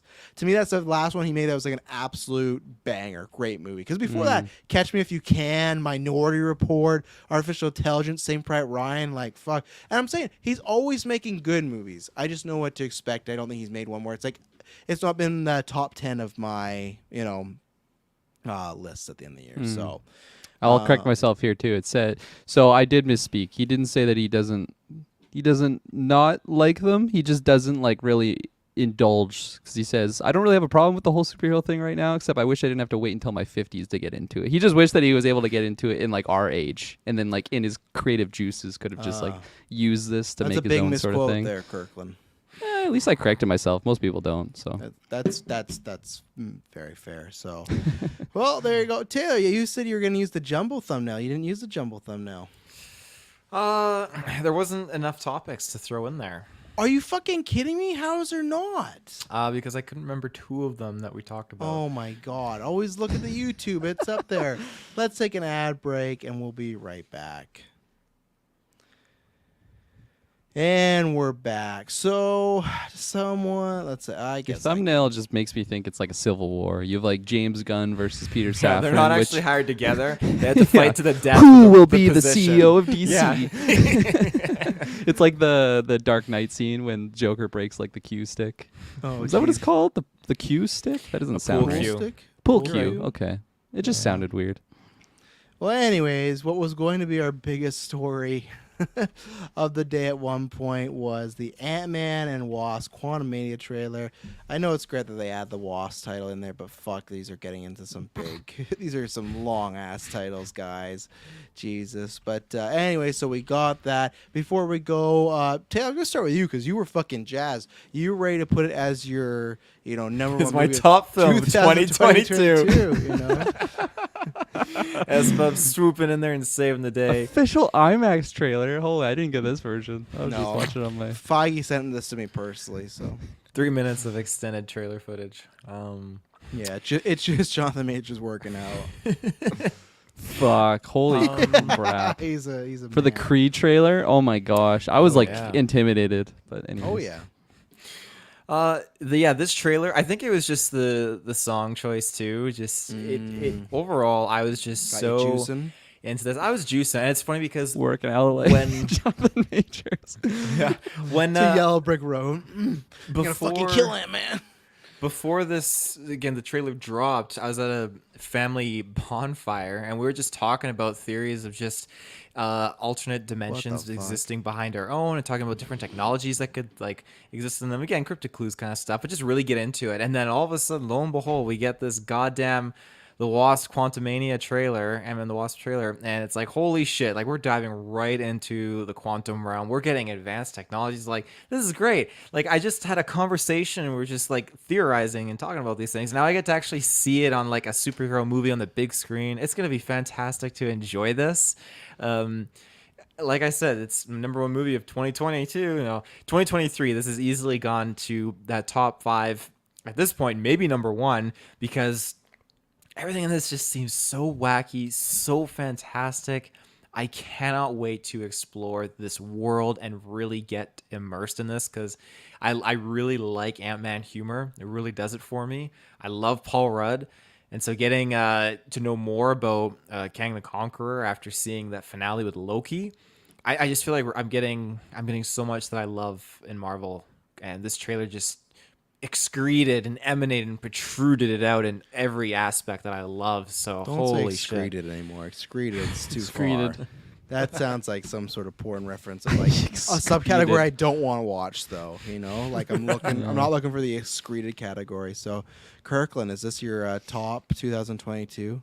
I don't think so. I didn't watch this till like just a few hours ago, and I saw a lot of Spy Kids comparison memes going into it. So it's you always have like, I don't know if it's like a preset expectation or just like a preset emotion or feeling, but I had it going into this just because of the Spy Kids side by side. So I'm like, okay, here we go. And for the most part, I think I really, really enjoyed this trailer. I think just setting up like our playing field going to be in the quantum realm, all that was so fun. I just like when what's her name? Grace? Is that her name? Grace? Know the daughter. Yeah, whatever her name is. She's doing this experiment. We're gonna see it in the trailer, but like they just have this whole like massive PTSD. What are you doing? 80 years of my they're life. all there for like her science experiment, and then like as they hit fucking go, Michelle Pfeiffer's like, "Wait a minute, this is a bad idea. Let's not do this." And then it just like went to chaos, and it just seemed like so eye rolly for me. But again, it's super minor. I'm not gonna judge the film until I see it and like actually have that scene in place. High five, Taylor. Or you have a question? Okay, Yeah, fine. It's Cassandra Lang, Cassie Lang. Cassandra. There She you goes go, on Cassie. the Thank you very much. Gargantuan it is, I think, or whatever her name is. The hero of her own. Or All in the something. game says statue. Stature. Thank you Or very much. Stinger. Yeah. Let's go with Stature. He is right about Stinger, though, yeah. Yeah. So So Gargantuan. There's so many Gargantuan. that's Stature's Jonathan definitely Majors better. in Creed 3. What's his name? Gargantuan. No, what's his real name? No, that is his real name. That's Gargantuan. his birth name, yeah. Yeah, Gargantuan. One no last name. name, no middle name. There is a Marvel character called Gargantua. Gargantua? Is there? Are Yeah. you sure about that? Okay. He's literally, I'm looking at him right now. Yeah, it's The probably we got that Gargantuan. He's mixed up. recruited to be a member of Dr. Octopus's version of the Masters of Evil. Nice. Yeah. Noise. Anyways, continue, Kirkland. But all in all, I had a really good time with this trailer. It's so exciting getting these like thinking back to like I feel like I wasn't even big into like the MCU at the time, but like these little breadcrumbs towards Thanos, and now we're getting like Jonathan Majors again back as this Kang, and just like the last thing that he says to Ant-Man at the end, it totally, again, I was like so pumped to just see him on screen again. And I feel like, Shay's seen all the MCU and everything, but even like just having her on screen, she's like, "Oh, that's the guy from Loki," and it's just like, yeah, okay, the hype is building, and there's gonna be so many other people that are gonna have those moments like as we get closer to the next big Avengers when the Kang Dynasty comes out. So I feel like that had like just such a powerful end to this trailer for me. So I definitely think it boosted it a little bit more than how I was feeling, but how I was feeling was still good. It was still like, in the B plus range. So I'll take that grade. Yeah. No, I like it enough. It's funny because I liked it when I first watched it, but I've seen this twice, but I completely forget about it. I think this just looks good. I think this looks like I hate to say it for Ant-Man's third movie. It does look a lot bigger, but I feel like this is going to be there's some movies that are MCU movies that are about the characters and the big events, and there's some that are the setup movies. This to me screams a lot of setup going on for Kang Dynasty, more multiverse stuff, and that's fine. That's what happens. I'm somebody that likes Ant and the Wasp. I loved that movie. I really enjoyed that movie. I think a lot more. I probably have that higher rank than a lot of other people. Ant-Man 1, I like it more than every time. So I know I'm going to like this. I like Peyton Reed. I still think he should have got F4. He directed some of the best Mando episodes. So I have no problem watching this and being like, oh yeah, it looks fine, because I know when I get there, I'll probably have a really good time. I'm like some of the aspects. The main event of this thing is, like everyone's saying, though, is Jonathan Majors. That's why I cannot wait. I loved what he did with Kang, or the person at the end of time in Loki, but I'm really digging what we're going to get here. People have said, like, hey, he's in the movie, but don't expect him to be, like, the main villain. And that's fine. That's not what I'm expecting. But, man, we'll get to it. It's his presence, but also just the look. Like, he is literally ripped out of a comic book. I remember there being some people, I think there was rumors like, oh, yeah, he's never going to rock the blue mask and, like, the blue armor. It's like, well, whoever those people were fucking wrong. Because, like, first shot you see him is him rocking, like, the classic Kang look. So I think that is all look good. And I think Majors is going to just, like, stand out so much more than everybody else. And what a year. He's going to have this and a month after Creed 3. Like, man, he's just going to have a fucking just kill your, and it's great because he's a fantastic actor. I like the music choice. There's something I really don't like in this trailer, which I will point out. But, yeah, I think I'm going to like it enough. So let's hit play. It's the first MCU movie of 2023. I used to ask myself a lot of... I should turn Scott, it down a bit. you're at ex-con. How are you? I really like the Baskin Robbins tie back to doesn't the make first sense. movie. Yeah. That's fun. But everywhere I go, people Some tell me people, this. there's some That thread that doesn't people are make joking around that sense. think this is Miles Morales. People need to But calm the everywhere fuck I go, down. So there people you go. tell It's me not this. Miles Morales. Kirklin, don't be like it's not Dang. them. I like the poll though. I think it's fun when people have these little theories. Spider-Man tie right there. He's talking to Miles in the back. It's edited out like the Hulk. Yeah. Here's the part YouTube. Oh, and here's the other thing. We'll wait till it actually when you're talking about some of the visuals and the Spy Kids. Like she's running down her whole plan right now. Down to the quantum realm. Yeah, she should have told them before she hit the button. Yeah. Now. Yeah. Pull the plug. We're not And doing now, this. if anyone dies, which I think they will, Cass is to blame. Oh yeah, new villain. Yeah. And I really do like the remix of Yellow Brick Road with like this like score and whatnot. So I know some people will be like, I'm so sick and tired of the dark and slow versions of popular music. I'm not. Dude, all the fucking songs. Yeah. I dig Oh, it. that visual. Yeah, so I'm mixed on it where I think it looks bigger and you got big visuals. And I like that we're on a much bigger scale. That's one thing for sure. We're on a bigger scale than we have been in Ant-Man, so I appreciate that. But I saw a tweet and they made a good point, and it's been stuck in my head ever Turn it since. down a little bit. I can't quite hear you. Okay, sorry. I just want to hear you more. That's good. Thank you. I killed your train of thought, didn't I? No, I'm waiting for like some stuff here. So, well, obviously Kang's coming up. So now people have talked about these are similar rings. So you got the rings in Shang-Chi and the rings in Miss Marvel and the bangles. Now I will say, because I hear Taylor Bream, so I know he's gonna make a point. What I will say is I don't want what someone theorized, where someone said, "Oh man, this phase is gonna be about like Kang trying to get the rings." It's like, fuck. I really hope not, because it's just Our Thanos boy with this- Sauron. Well, no, I think more like this is his version Thanos, of stones. yeah. Yeah, and that's when I saw them like, oh fuck, please don't do that. I don't think it's gonna go that route, but as always. But Taylor, you were huffing and puffing there. I was huffing and puffing.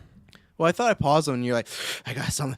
Oh, I was just gonna be like, yeah, I was just gonna piggyback off of what you're saying there. It's the Rings of Power from Shang-Chi. It's freaking awesome. So, as soon as I saw like imagery and people comparing it, I'm like, yeah, that's totally it. So, and it makes sense too. And I think it just again it ties in because Wong's looking into it, we're trying to figure out where these bad boys came from. Well, and I was gonna say, I literally just had this thought now. Is remember in Shang-Chi when he shows them when they zoom in on the rings, there's that thing, that beacon bleeping, right? And she's doing that same thing, Cassie, right? When she pulls up the thing, she's like, "Oh, there's a signal." So I think that's the same signal. So Kang's just calling home.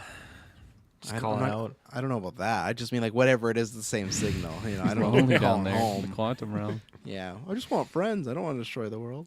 But I will say seeing Catherine Newton very, very excited because I just watched Freaky for the first time the other day. Great movie.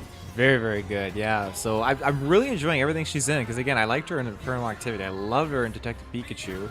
So getting to kind of see her take off in this now is fantastic. Pikachu? She plays the Justice Smith's lady interest, No, I didn't remember that. the Jeez. reporter.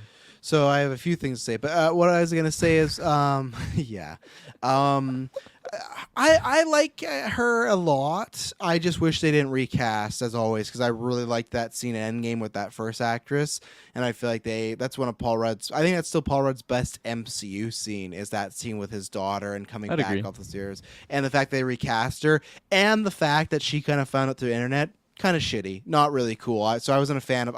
It sucks because I like Newton a lot. I just wish they got her for something else. She's a great actress. You could put her in like anywhere in the MCU, you know. But whatever. So I paused on this fucking asshole Bill Murray.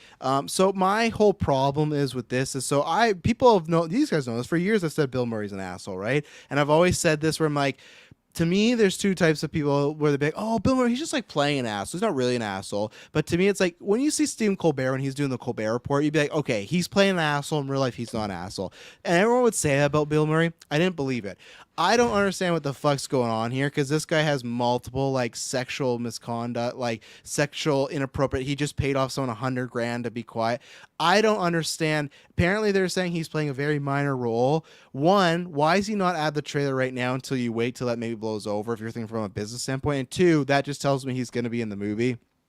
And I hate it because he's always been an asshole, but now there's all these people talking about like how he's just always been such a fucking prick and super inappropriate. Go read Gina Davis' book. And I believe there's always situations, right? We talk about it's like, oh, it's a he said, she said. I believe all these fucking women. And this one just happened. The last story where when they went to court is he thought this girl was flirting with him on set. So what he did was like laid down on top of her and pretended lap dance on her. And she was like, no, that's not real. Like, I didn't want that at all. And he's like, oh, I was just joking around. That's such fucking like toxic masculinity stuff. And what I hate, is Marvel preaches about being more diverse and they're trying to make things better. And like the Ike Perlmutter stage, right? Remember Ike Perlmutter, the guy that, well, we're not going to make Black Panther or Black Widow because those are like a women-led movie or, you know, like a black male lead and we're not going to make female toys. That's what this era is like. Oh, you got Creepy Bill doing all this stuff right now. It's all coming out. But it's Bill Murray. Keep him the trailer. So I hope he's edited out. Probably not. And whether that's a Feige call or a Big Bob Chapek call, whoever it is, I think it's just super fucking hypocritical. And like I said, maybe it's just I take this more to account because so many people for years told me Bill Murray's not an asshole. And it's just like, oh, look, fucking Travis told you. And now they're just like, oh, it's Bill Murray and people love him and we're going to keep him in this trailer. So you guys don't got to say anything you don't want to. Well, but. maybe does he put out like an apology like James Gunn and Disney's like, okay, we'll bring you. No, he bring paid you in. $100,000. That's what he did instead. Anyways. Pay to win the apology. Definitely pay to Pretty win. much pay to win. So Yeah. super bad. I'm like, yes, agreed. Fuck Bill Murray. Yeah, absolutely. He's like, it's gone back to the 80s, and people are just like, oh, ignore Yeah. it. So whatever. So It is strange that they would have him in the trailer, like especially this is like the tide. It's has current. not even Like, it's just crashed started. yet. Yeah. Yeah, exactly. That It- is strange. It's different too if it's like, oh, it's always been rumors for years or some mumblings, but it's like right now is when it's like, oh yeah, all these people are coming out, and it's just like, yeah, let's keep them. You could easily edit them out of this trailer. Like I said, come time February, if it's blown over, put them in the movie. But Yeah. I don't know. It's a weird even take my personal stuff out, just a business choice right now. But I think they're just like, oh, it's Bill Murray, Well, put him in. And Marvel can survive without fucking a Bill Murray cameo. I'm Yeah. sorry. They don't need Bill Murray like, fuck, I'm going to go see Ant-Man because Bill Murray's in it. I think that, what was my train of thought? There's a large group of people out there that don't probably know that Bill Yep. Murray has been doing shitty things. And they probably, still maybe they like Bill Murray or they'll see this like, oh shit, Bill Murray's in this. That's cool. And then everyone that is a Marvel fan, left, right, and center, or superhero fan, they're gonna see this even though Bill Murray has done shitty things because Yes. they want to see Oh, Ant-Man. I know. So Oh, either that's way, me. Yep. either way, showing them the trailer, I think it's gonna bring in more people. As shitty as it is to say that, even Yeah. having him in the movie, it's gonna bring in more people. As shitty as that is, so. It just goes against any time they're talking about like, yeah, we want to be different than we were in the past. Oh, with this stuff. absolutely. It's It's like, hypercritical. Hypocritical. Thank you. There you go. Hypercritical. Yeah. And like it's weird because like let's just let's just say a hypothetical situation. Hopefully it doesn't happen. But let's just say it gets even worse than like what the Yes. current climate is. You've shown him in the trailer. Now people are going to be expecting to see him like in the movie when you could have just easily just not have this one scene in it. If things get worse, easy just scrub out of the film. Yeah. Only a handful of people would really even know that he was a part of it in the first place. So it is. We would know. It is, well, yeah, I'd be reporting about it. Do you know that Bill Murray's supposed to be in this movie? Suing Random guy Marvel. next to me in Ant-Man Quantumania. He's like, please don't talk to me, sir. Anyways, that's all I say. Let's take an ad break here, and then we'll be right back watching some more Ant-Man. So we'll be right back. And we're back. So let's see here. Yeah, Oh, I just actually had a some- question with regards to Kang here. Is this like the Kang like we're going to be having, or we don't know that yet? Well, This could I be would another s- variant.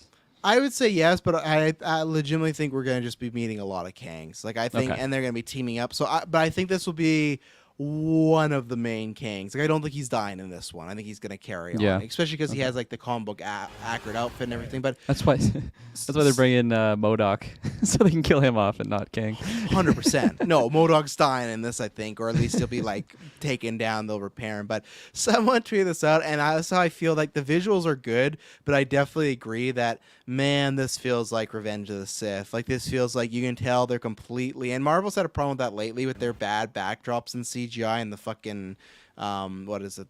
What's the zone called again? The big The volume? wraparound. The volume. Thank you, Kirklin.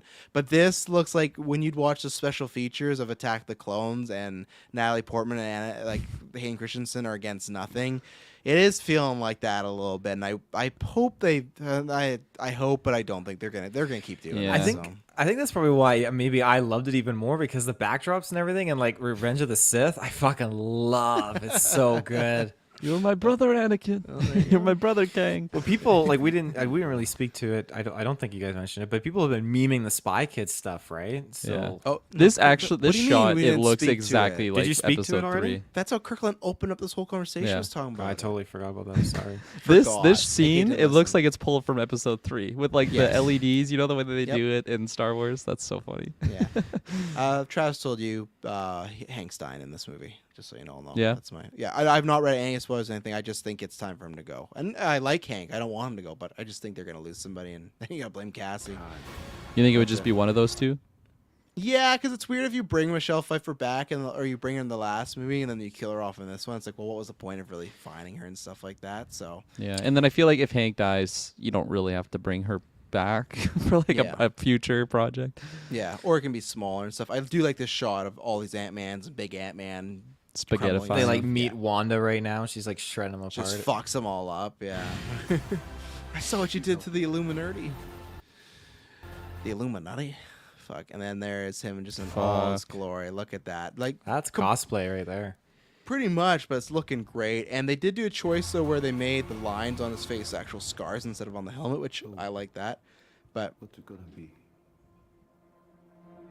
yeah, the outfit looks Oh, good. so he normally has those like just lines in his face, or on is the it like part of helmet, the but now oh, it's okay. now it's all. I'll go back to it, but yeah, it's a part of his face, which I think is a fun design and stuff like So that. the his face and skin isn't blue. It's just No, a helmet over it's top. a thing that goes over it. Yeah, Okay. yeah. I've sometimes forgotten that too in the past because I was just so used to just seeing him as blue. I'm like, right, it's actually a mask and stuff. But yeah, the outfit looks great.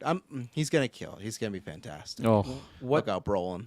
What do you both think he is pitching to Ant-Man in this situation? Well, Taylor again never remembers what we talk about because No. I did talk about in Comic-Con what the plot of this movie is. The plot of this movie at some God, I don't point. remember that. The plot of this movie is at some point I think he takes Cassie as hostage and he's going to give either Cassie and the rest of the characters back. Probably not Wasp because she needs to be in the action.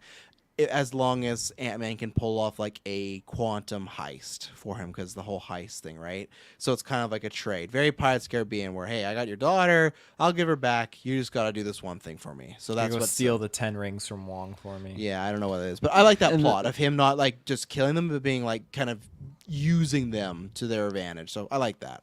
I like that a lot as well. It's I feel like it's a very fitting plot for what this movie, like Ant-Man's movie, is, especially being in the quantum area of like it's a heist, but not not your regular heist, and you have Scott Yes. Lang, who's a renowned thief. You know, that's from his early days, and I could definitely imagine it being like a direct effect to him escaping the quantum realm. Because is Kang like trapped here? Is that the idea? No, That's the vibes I'm I don't getting. think he's. Well, I don't know. I don't know for sure. In the comics, this is his city. Like he's created this city. Oh, okay. So I think the he's there by city. purpose. I don't think they'll play that small. Who knows? But who knows? Maybe there's a chance that he's stuck there for some reason. But Okay, I had no idea if he was like the ruler, the destroyer of this city, or who was popping off. It's so new to me, and I feel like that's something that actually has my interest pretty peaked because this is a whole new area that I've no idea like what it. I know Mr. and Mrs. Ant-Man went there for a hot minute, and really that's it. you know, I'm hoping we get some TVA stuff.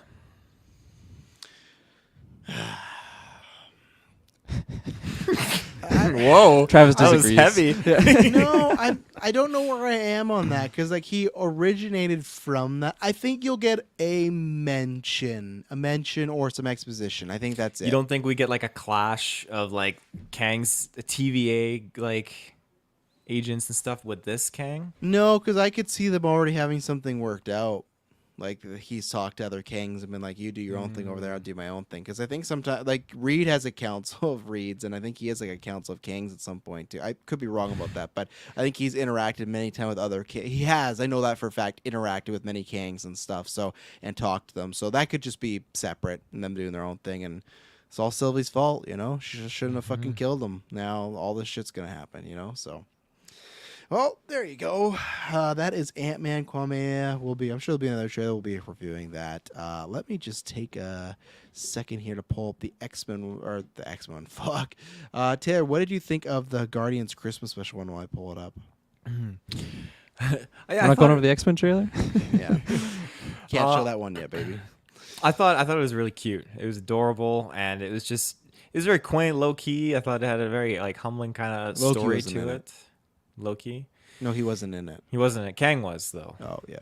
But, no, he wasn't either. No. But I'm excited for it. I liked.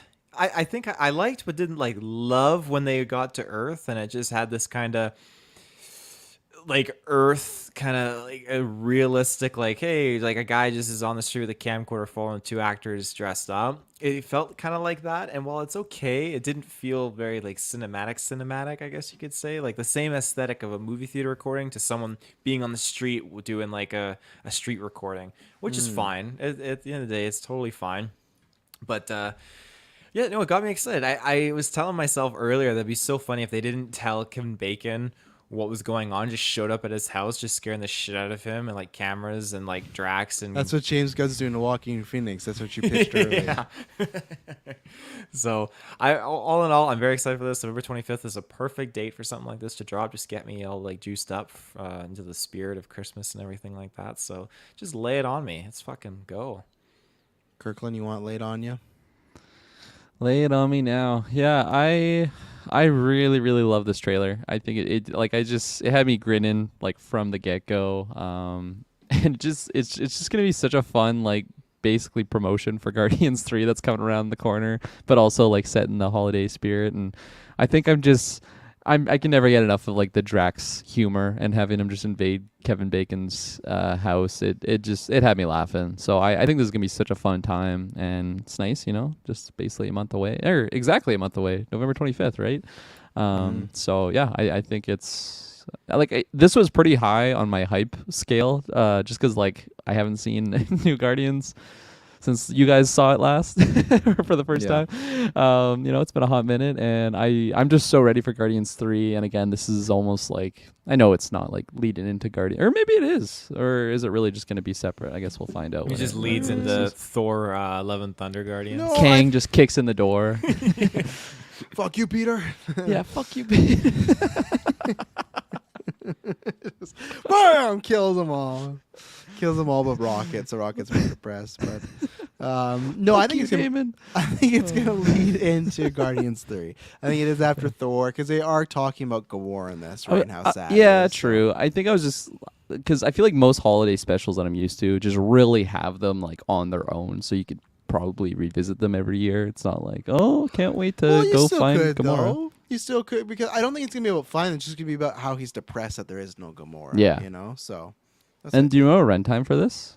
the rumors it's gonna be somewhere like Werewolf by Night, so in that 40 to Okay. 50-minute mark, which is great. I'm happy about Yeah. that. So They're rocking that fancy special presentation I like love intro it. here again too. Yeah, very. we gotta nice. steal it, Taylor. I don't know for what, but we gotta steal it. Like, look at that. We gotta steal those colors. Comic for book some version. Is that vintageness? Oh, I really like Yeah. it. But here we Little go. jingles in there, Mr. Jangles. Oh, I Mr. didn't say. Jangles. I didn't say anything. I fucking love this. This is great. Like, I'm very excited. I love all of Guardians with James Gunn stuff. To me, there was rumors Kevin Bacon was going to be in Guardians 3. I think this is even better. And I think this is, I don't care if people are, oh, it's MCU, all the jokey and stuff like that. Yes, sometimes I think the MCU gets too jokey. Guardians is the place to do it. This Kevin Bacon thing is paying off a joke since 1. All I want is a little bit more of, I hope Peter does actually see some of his family on Earth. I always hated that Peter Quill was abducted, never went back to Earth. He went back to Earth in Endgame, and they didn't talk about it at all. Not at all. Like, his whole life, like, you'd think like there'd be some sort of significance. So I hope that happens here, whether it's meeting some family members, stuff like that. But the Kevin Bacon stuff, that's gonna just ensue some just fucking comedy gold, I think. And I love Kevin. Like, I don't know if he's like my top 10 actors, but as actors I just love, he's probably up there. I fucking love Kevin Bacon. He's just always so good. So I'm excited for this.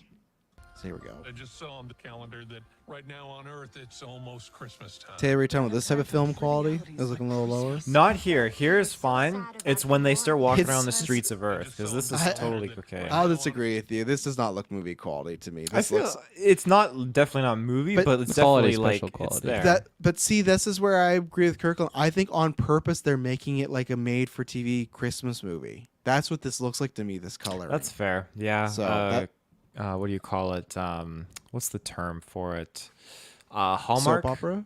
Yeah, Hallmark soap opera. Yeah, Hallmark is probably what you're looking for. We So. don't have time for trivialities like Christmas. I'm just excited to see them back together again. Gamora being gone. This holiday season. Maybe if we go to Earth. Those for a visuals are really good. Wonderful Christmas gift. It would make him happy. This made me kind of just take in, like, you know, Earth is trying to maintain itself with heroes and all that kind of stuff, but Earth in the MCU is not set up for aliens just landing and socializing and everything like that. What is now? What about someone special? We should have gone back because I missed Groot here. It's like Something he's not even special teen you will Groot. never Oh, they get. show him later on a facial. I'll get it. Special. They're also showing a lot of bonding between Mantis and Drax. I think they're either going to be very good friends or romantically linked because at the end of Guardians 2, they kind of hinted at that. So, That Groot costume, that looked practical. It didn't look CGI there. no, it's definitely CGI. And the big reveal, who do they need to get for Peter Quill? The legendary Kevin Bacon. Legendary Kevin Bacon. And I think they're smart to show him in the trailer. Just to, like, Oh, yeah. because some people might think, oh, they're just going to joke and not show him. No. This is going to be great. Come with us. It's a Christmas present. And if Kevin just throws the tree at them, like, fuck, Yeah. man. Yeah, I'll go There back he to is. 2 things. So Cosmo is going to be played by the girl who was Borat's daughter in the newest Borat. I can't remember her name. She's in Bodies as well. Really great actress. She says it's a role of a lifetime or whatever, so she's having fun with that.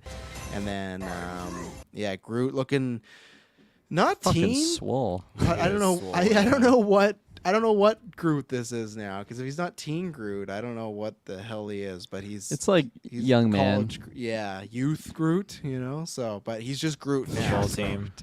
yeah. But, and introducing Kevin Bacon, like fuck, like look at that. That Yeah. I'm excited. I can't wait. It's gonna be lots of fun. So yeah, I'm excited for that. Fuck Any- yeah. Oh, I guess I'll look at the chat here, see if they got anything here.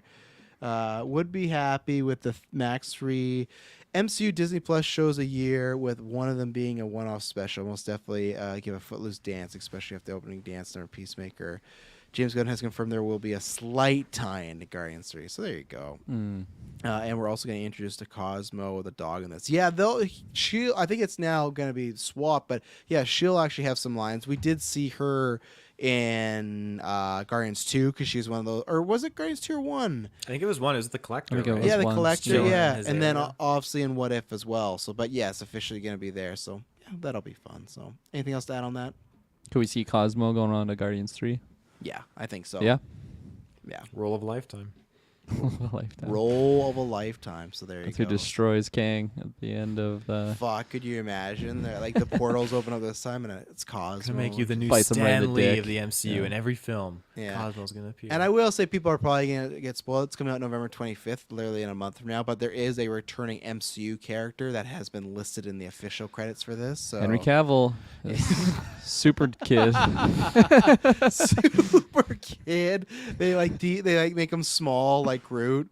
Like he's just like a little Henry Cavill and stuff like Oh that. my gosh, Like yeah. Little Rock, Little Cavill. I was gonna say Chris Evans.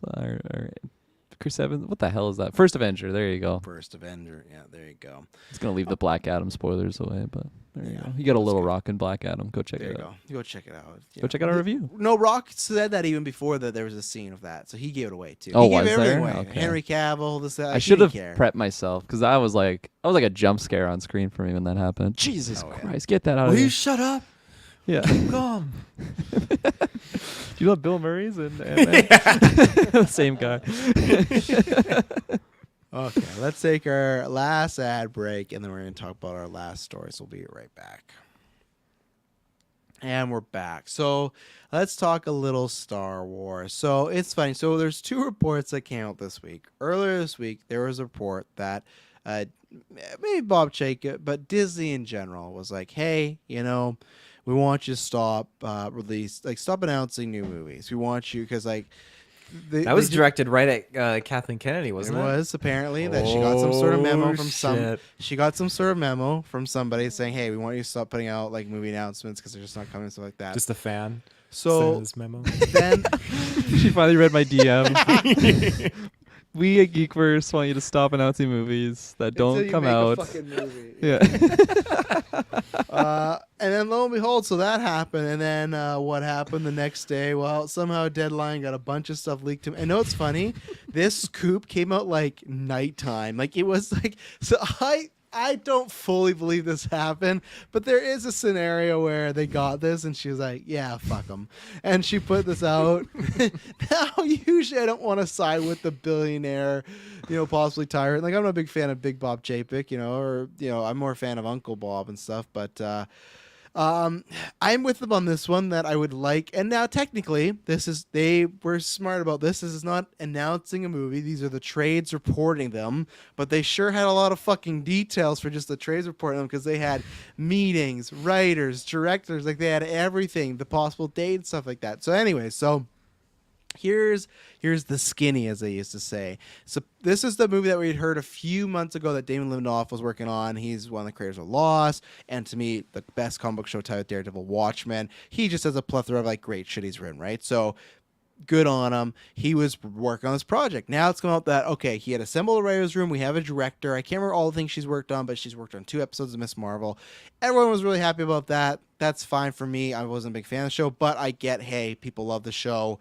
Get people that like that stuff. Great. Like it makes sense media wise, and she knows what she's doing. She'll work with Disney. That's fine. There's a whole writer's room that particularly, or they said might even have Dave Filoni in the writer's room. And this is why I believe this is them announcing without announcing it. If this was like the whole meme of they didn't want her to announce any, because they had 3 or 4 different people that were in this writer's room and all their credits and stuff. So it wasn't like, oh, David Lindelof and some writers. It was like, oh, this guy and this girl, and maybe this felt very targeted. What I will say before I throw these two is that what I like about that is that's exactly what he did with Watchmen. Is he had the idea, the pitch, but if you obviously watch Watchmen, it has a show that has to do a lot with race issues and diversity and equality, and that's why he filled the writer room with a bunch of people that were of different race, specifically black, to tackle these, because he was like, hey, I can only write so much about this because I've not had this experience, so I'm going to get a writer's room of people that actually have and can bring weight to this material, because I certainly can't, because we can only talk about how much we can sympathize with people, but we haven't been through those situations. I've never been turned away because of my race and stuff like that. So he's doing the exact same thing he did with Watchmen, where he got a writer's room. Maybe Filoni's in there, and then the room, not even the room. This was in the report that this is a movie that is taking place after Rise of Skywalker, not necessarily a continuation of the Skywalker saga, but will feature sequel trilogy characters. Didn't specify how big or how large, what they may or may not be. Taylor, what do you take from this report? Again, they didn't announce it, but there's a lot of details here. This could be another movie that, you know, falls in the wayside. That way, oh, that sounds great and stuff like that. The idea is this might be the 2025 movie. So again, that fucking Taika movie's not ever happening either. Taika's not, Feige's not, Johnson's not. Even though he's like, yeah, it's all scheduling. But what do you? Let's put that out, because also we always have the same criticism of fuck, just make a movie. So put that out. Let's say this does happen. How are you feeling about all these pieces right now? I at the end of the day, I just think it's funny. Like, Kathy, you know, you got to slow down here, pump the brakes a little bit. She's like, you know, fuck you. Let's just drop this shit, pump it out there, and you know, fuck your memos. So here we are. That's what and we she have sent back in a memo. Yeah, fuck your memo in a memo. So we have this now that's dropped. The idea of getting post sequel trilogy content really excites me. I think that there's still so much to explore there. Now, my whole hope for the future has been shafted thanks to the finale of Book of Boba Fett, where Grogu renounces his claim as a Jedi and just goes out to live the bounty hunter life as a Mandalorian. And that's fine. Like, we'll continue that story however it is. My dream, though, was getting older Grogu, training in the Jedi way, working with Rey, having Finn back, like just the new Jedi Council, and just, it would have been so good. Still But could happen. maybe, I guess, but it depends. If they bring Grogu back into the Jedi Order, I don't know. At this point, I think you're more or less likely to get Rey and Finn training the new Jedi Order than having Grogu join them. But anyways, we'll see. They could write it however they like, but I think they didn't really allude to Jedi. They just alluded to a new trilogy in that time period, which I'm really stoked to get content that is post that era, because there's so much more to explore. And yes, they definitely made it sound like, okay, the Sith are done, so we don't need to worry about focusing on a Jedi story and having the Sith back in there or anything like that. We can focus on something unique, like a threat such as, I'm not saying like the Yuzun Vong from Legends, but maybe a threat like The Nihil. Using what? The Yuzun Vong, I think is how you pronounce Using it. bongs. That's what I heard. I'm like, I missed that. They Star were Wars after story. the Empire. They were a very powerful alien race that came into play, and You laughed at my definitely Nihil, fucked shit but up. so you wouldn't be down for No, anything with the I Nihil laughed one? because like that's what I was definitely thinking, but it wouldn't be Nihil. I know, but I 'cause just that's Old mean Republic, like but I just mean that similar type of idea. yeah, It's exactly. Nihil. They're like space Vikings in the High Republic. Those new books right now, they're like Sounds fucking awesome. they're really like good. Northmen. Yeah, Northmen, pretty much. essentially? Yeah. Except a bit more scavenger-like. They're a bit more, but there's tribes of them. They're right now the current bad guy like killed a Jedi and took his blades, using it and stuff like. Oh yeah, High Republic, man, it's a great fucking book series right now. As long as it brings me Anya Taylor-Joy, I'll be happy. I don't know if you're gonna get that, but yeah. Or Willem Dafoe. Something equivalent to Nihil. I couldn't agree more. I think that's the way to do it. Yeah, I mean, we don't really need Skywalkers or anything like that. But I mean, if a Rey Skywalker were to appear, I mean, I'm not definitely opposing that. Like, I think what the fuck? Why did Kathy Kennedy say we're done with Skywalkers and they gave her that fucking name? It makes no sense to me. If they Same bring her reason she back. says you're gonna get all these movies and then not deliver. So Yeah. you have that. We're not But, gonna use. We're not bringing the old characters back. Luke just takes over Boba Fett. So fuck. Right. okay. Fuck. Yeah, I Why is just James Gunn not running Lucasfilm? You know what's going on? I just want them to deliver and Sean Gunn. Sean Gunn. I don't want them to botch it. I want some Star Wars on, like, as you say, Travis, you want on the big screen. Like, it's just it's such a great thing. And while we're indulging in great Star Wars content on Disney Plus and TV, there's only so much like a little 4K OLED TV can provide compared to that big screen cinematic wonder of opening night, Star Wars. Like, holy shit, like opening crawl, everything's kicking in. It's fantastic. And I want to be back in a galaxy far, far away experiencing this. And my one beef, though, is I feel like Kathleen Kennedy and Lucasfilm, Disney, has not successfully owned up to the sequel trilogy as best they could, because when you look at toys, there's a very limited selection of toys that came out for the sequel trilogy. In games, we only have it in like Star Wars Battlefront 2, and then we have it in Lego Star Wars. That's great. And after that, it just kind of fell off the wagon. They haven't really gone back and touched upon it. They've just been pumping up other aspects of Star Wars a lot more, and that offends me as a Star Wars fan. I'm offended. I'm not really like offended, but it stings. So when you look at them not owning up to what they created and just trying to like, I feel like really support the actors and actresses that got behind this project, like the creative teams that worked hours and hours and hours on end to deliver these films. As many people have lots of questionable perspectives on them, that's fine. There's still a lot of passion and manpower and woman power and just power that went into these films, and I feel like that needs to be appreciated and respected a little bit more and owned up to, even though people didn't necessarily like all the stuff they did. So now for Disney just to kind of move on and say, yeah, screw the sequel trilogy, we're just going to kind of go in another direction. Well, I think that's good. I think picking a plot of films that are close to this era that could have reoccurring characters from that is a great way to just kind of build off of that in a much more cohesive way that'll hopefully bring everyone in the fan base together in a more linear direction, being, you know, in love with this franchise again and appreciating the things we did get in that sequel trilogy, because there are so many more positives than negatives. It depends who you ask. Like, I agree with you, but depends who you ask. What I was gonna ask though, like, because they say sequel trilogy characters, and to me, you obviously jump to the 3 and stuff like that. But like, is there anybody else from the sequel trilogy other than, like, let's just say fucking Maz Kanata you could see like them using? Well, looking at what you sent. Yeah, I was. I was like, what is this? It's a good meme. It's a good one. I need a second to process that. But in regards to your question, It's a thinker though, right? Then you get like, oh fuck. Yeah, That's why you paused. That's why you didn't answer. Yo, you totally got me. You didn't have to look at my lens reflections to get that either. Oh, You knew. I was doing the same thing. I don't care. I'll tell the listeners what it is. It's someone like in Russian saying like drop one here, and it's like in green, it has a target on it, and then when you look at the actual image, it's Warner Brothers Studios. So someone's like saying, like someone's like trying to get someone to drop a bomb Warner Brothers Studios because the James Gunn news. People are just fucking losers. But oh man, Oh my god. Carrie Washington, only Carrie Washington character. Who's Carrie? Do you mean Carrie Russell? I think you're from the girl who was like that liked Poe. What's her name? She's Proxima. Not Pro. What was she? She helped Poe. She gave him his little chip in Rise of Skywalker. What's her name? Well, that's Carrie Washington was in Star Wars, and I'm forgetting, but I don't remember. But Zori Bliss was Zori played Bliss. by Carrie Russell. Yeah. See, like, okay, all this is cool if it was like, yeah, Zori Bliss is there and Maz Kanata and like Babu Freak, but it's like, I don't I want to see those characters, but I don't care enough about those characters to be like, fuck, I hope they're like, for me, I need one of the 3. I don't think Boyega is happening right now.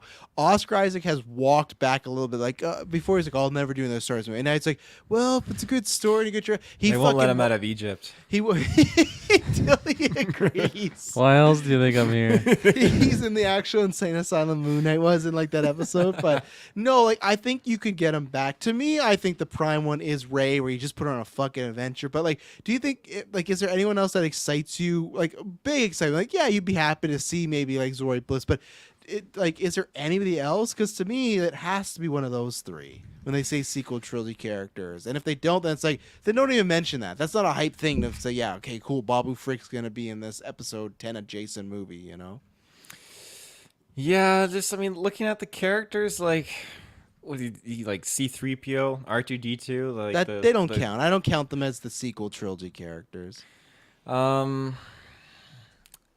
Maybe like a BB-8 then, but as far as these characters go, like, we lost so many in this franchise. Like, we have Rose, we have that's a can of worms that they bring her back. I'd like them to for her sake, but that's opening a door for them. We have Mary from Lord of the Rings. Can't remember the actor's name. Somehow Palpatine returned. Yeah, they're not bringing him back. Cloning. Secrets only the Sith. No. Holy fuck, I forgot he was in that movie. Yeah. Dark Oh my magic. God. Cloning. Secrets only the Sith. Who are you again? Do you even go Don't here? be hasty, Poe. Yeah, there's not really many that they can pull from, so it would have to be like a main one because I feel like they killed off most of the others. Yeah, I'm just looking at like a little list of some of them, but I mean they do have what was her name? She was the other stormtrooper with Finn who defected. What was her name? Oh, right, Jonna, right? But I thought she was supposed to be in the land. That's like Lando's daughter, right?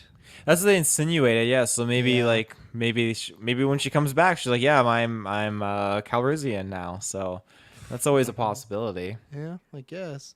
Kirklin, how's this all hitting you? Obviously, like this character stuff, this writer's room, secret movie, and they keep referring to it as like a secret movie, and that's where it's like, that's what I do. Like to me, it's like if it's supposed to be a secret movie, to me that implies okay, they're doing something big. And to me, hey, let's say it's D23 and fucking Kathy Kennedy announces this movie and she walks out Daisy Ridley. To me, that's something big. So I don't know what else would be like qualified as a secret movie we're working on. You know. The secret is that it's another announcement with no actual movie. Yeah, It's fuck just, me. leading to Jesus. nowhere.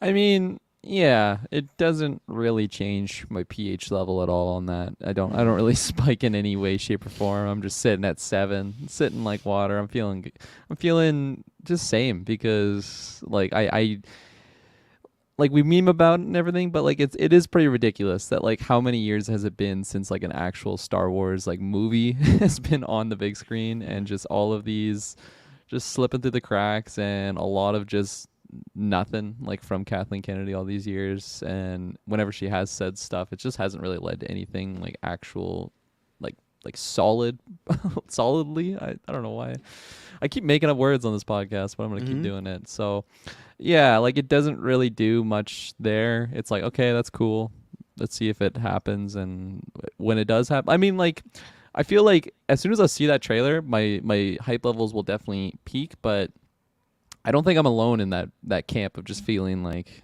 I've been here before, like we're going in circles here. And it's just like it's such a empty promise to that thing where if like, you know, if someone, I'll get you a birthday present next year, like sorry I missed this one, and then next year comes around they just keep missing. It's just like, okay, I expect to not like, don't even say anything because I just am expecting And she's to like, get yeah, nothing. but I got a good one. Well, Yeah. Why is Disney still signing her checks off? Why are they mailing her checks? I when know, she's she's not got a doing J.J. it? Abrams role, She's on her essentially. contract. That's why they signed her contract. I think she's like till 2023 at least. I think or 2023. Oh well, 2023 is like. like No, I think it's for coming up here. January 1st, Kathleen Kennedy gets the boot. You're out, Kathleen. Yeah. Out am I? I had to. There's a long enough pause. 2024 is her contract. 2024. So she's going. That's convenient. She's thinking probably I just need to get one movie out the door. This one we're Why? gonna focus on. We're gonna do this one movie. It's gonna release in 2024, right when my contract's gonna end. And then Disney's gonna be like, oh, she's got it. Let's sign her up for another 4 Yeah, years. that's true.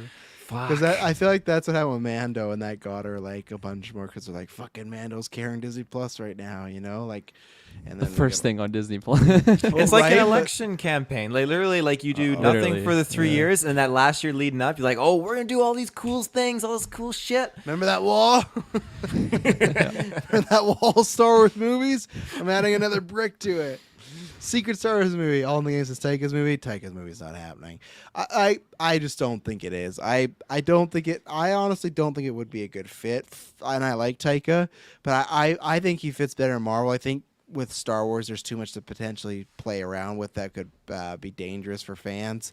And like I said, to me, I just smelt bullshit when she said, oh, what did she say? Oh, yeah, that it was filming next year. That was the quote while she was talking about, I can't remember, D23, or she was at some point a few months ago said, yeah, that's coming out next December. Cut to like a few weeks later of Taika being like, yeah, I'm still writing the script. And it was like, okay, they're clearly not talking. I didn't And even know I was just- making a movie. What are you Yeah, like saying? she's saying the movie's coming out next year and he hasn't even done the She script. comes through like Kevin Bacon's house, like Drax. We're making this movie. It's a Christmas present. Yeah, he's scared.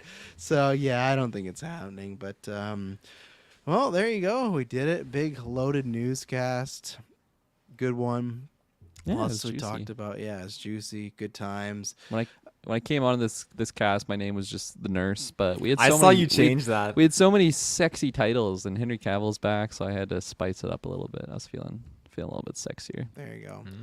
Taylor, you sweating in this thing? I feel pretty hot right now. No, I feel fucking great. I got like my Manscaped products on. Like That's probably required in a suit like it's that. more my armpits. Even right like now. real life, like the aerial. Well, you pilots, see- they Remember have how their much they're sweating in 4.0. Top Gun? You know, Oh, they I don't, was they just don't care gonna about say, any of that. yeah. They're just dripping in it. So, yeah. Well, there you go. We'll be back lots this week. Andor, Tales of Jedi, another newscast, stuff like that. So we promise you, Chucky. not be boring.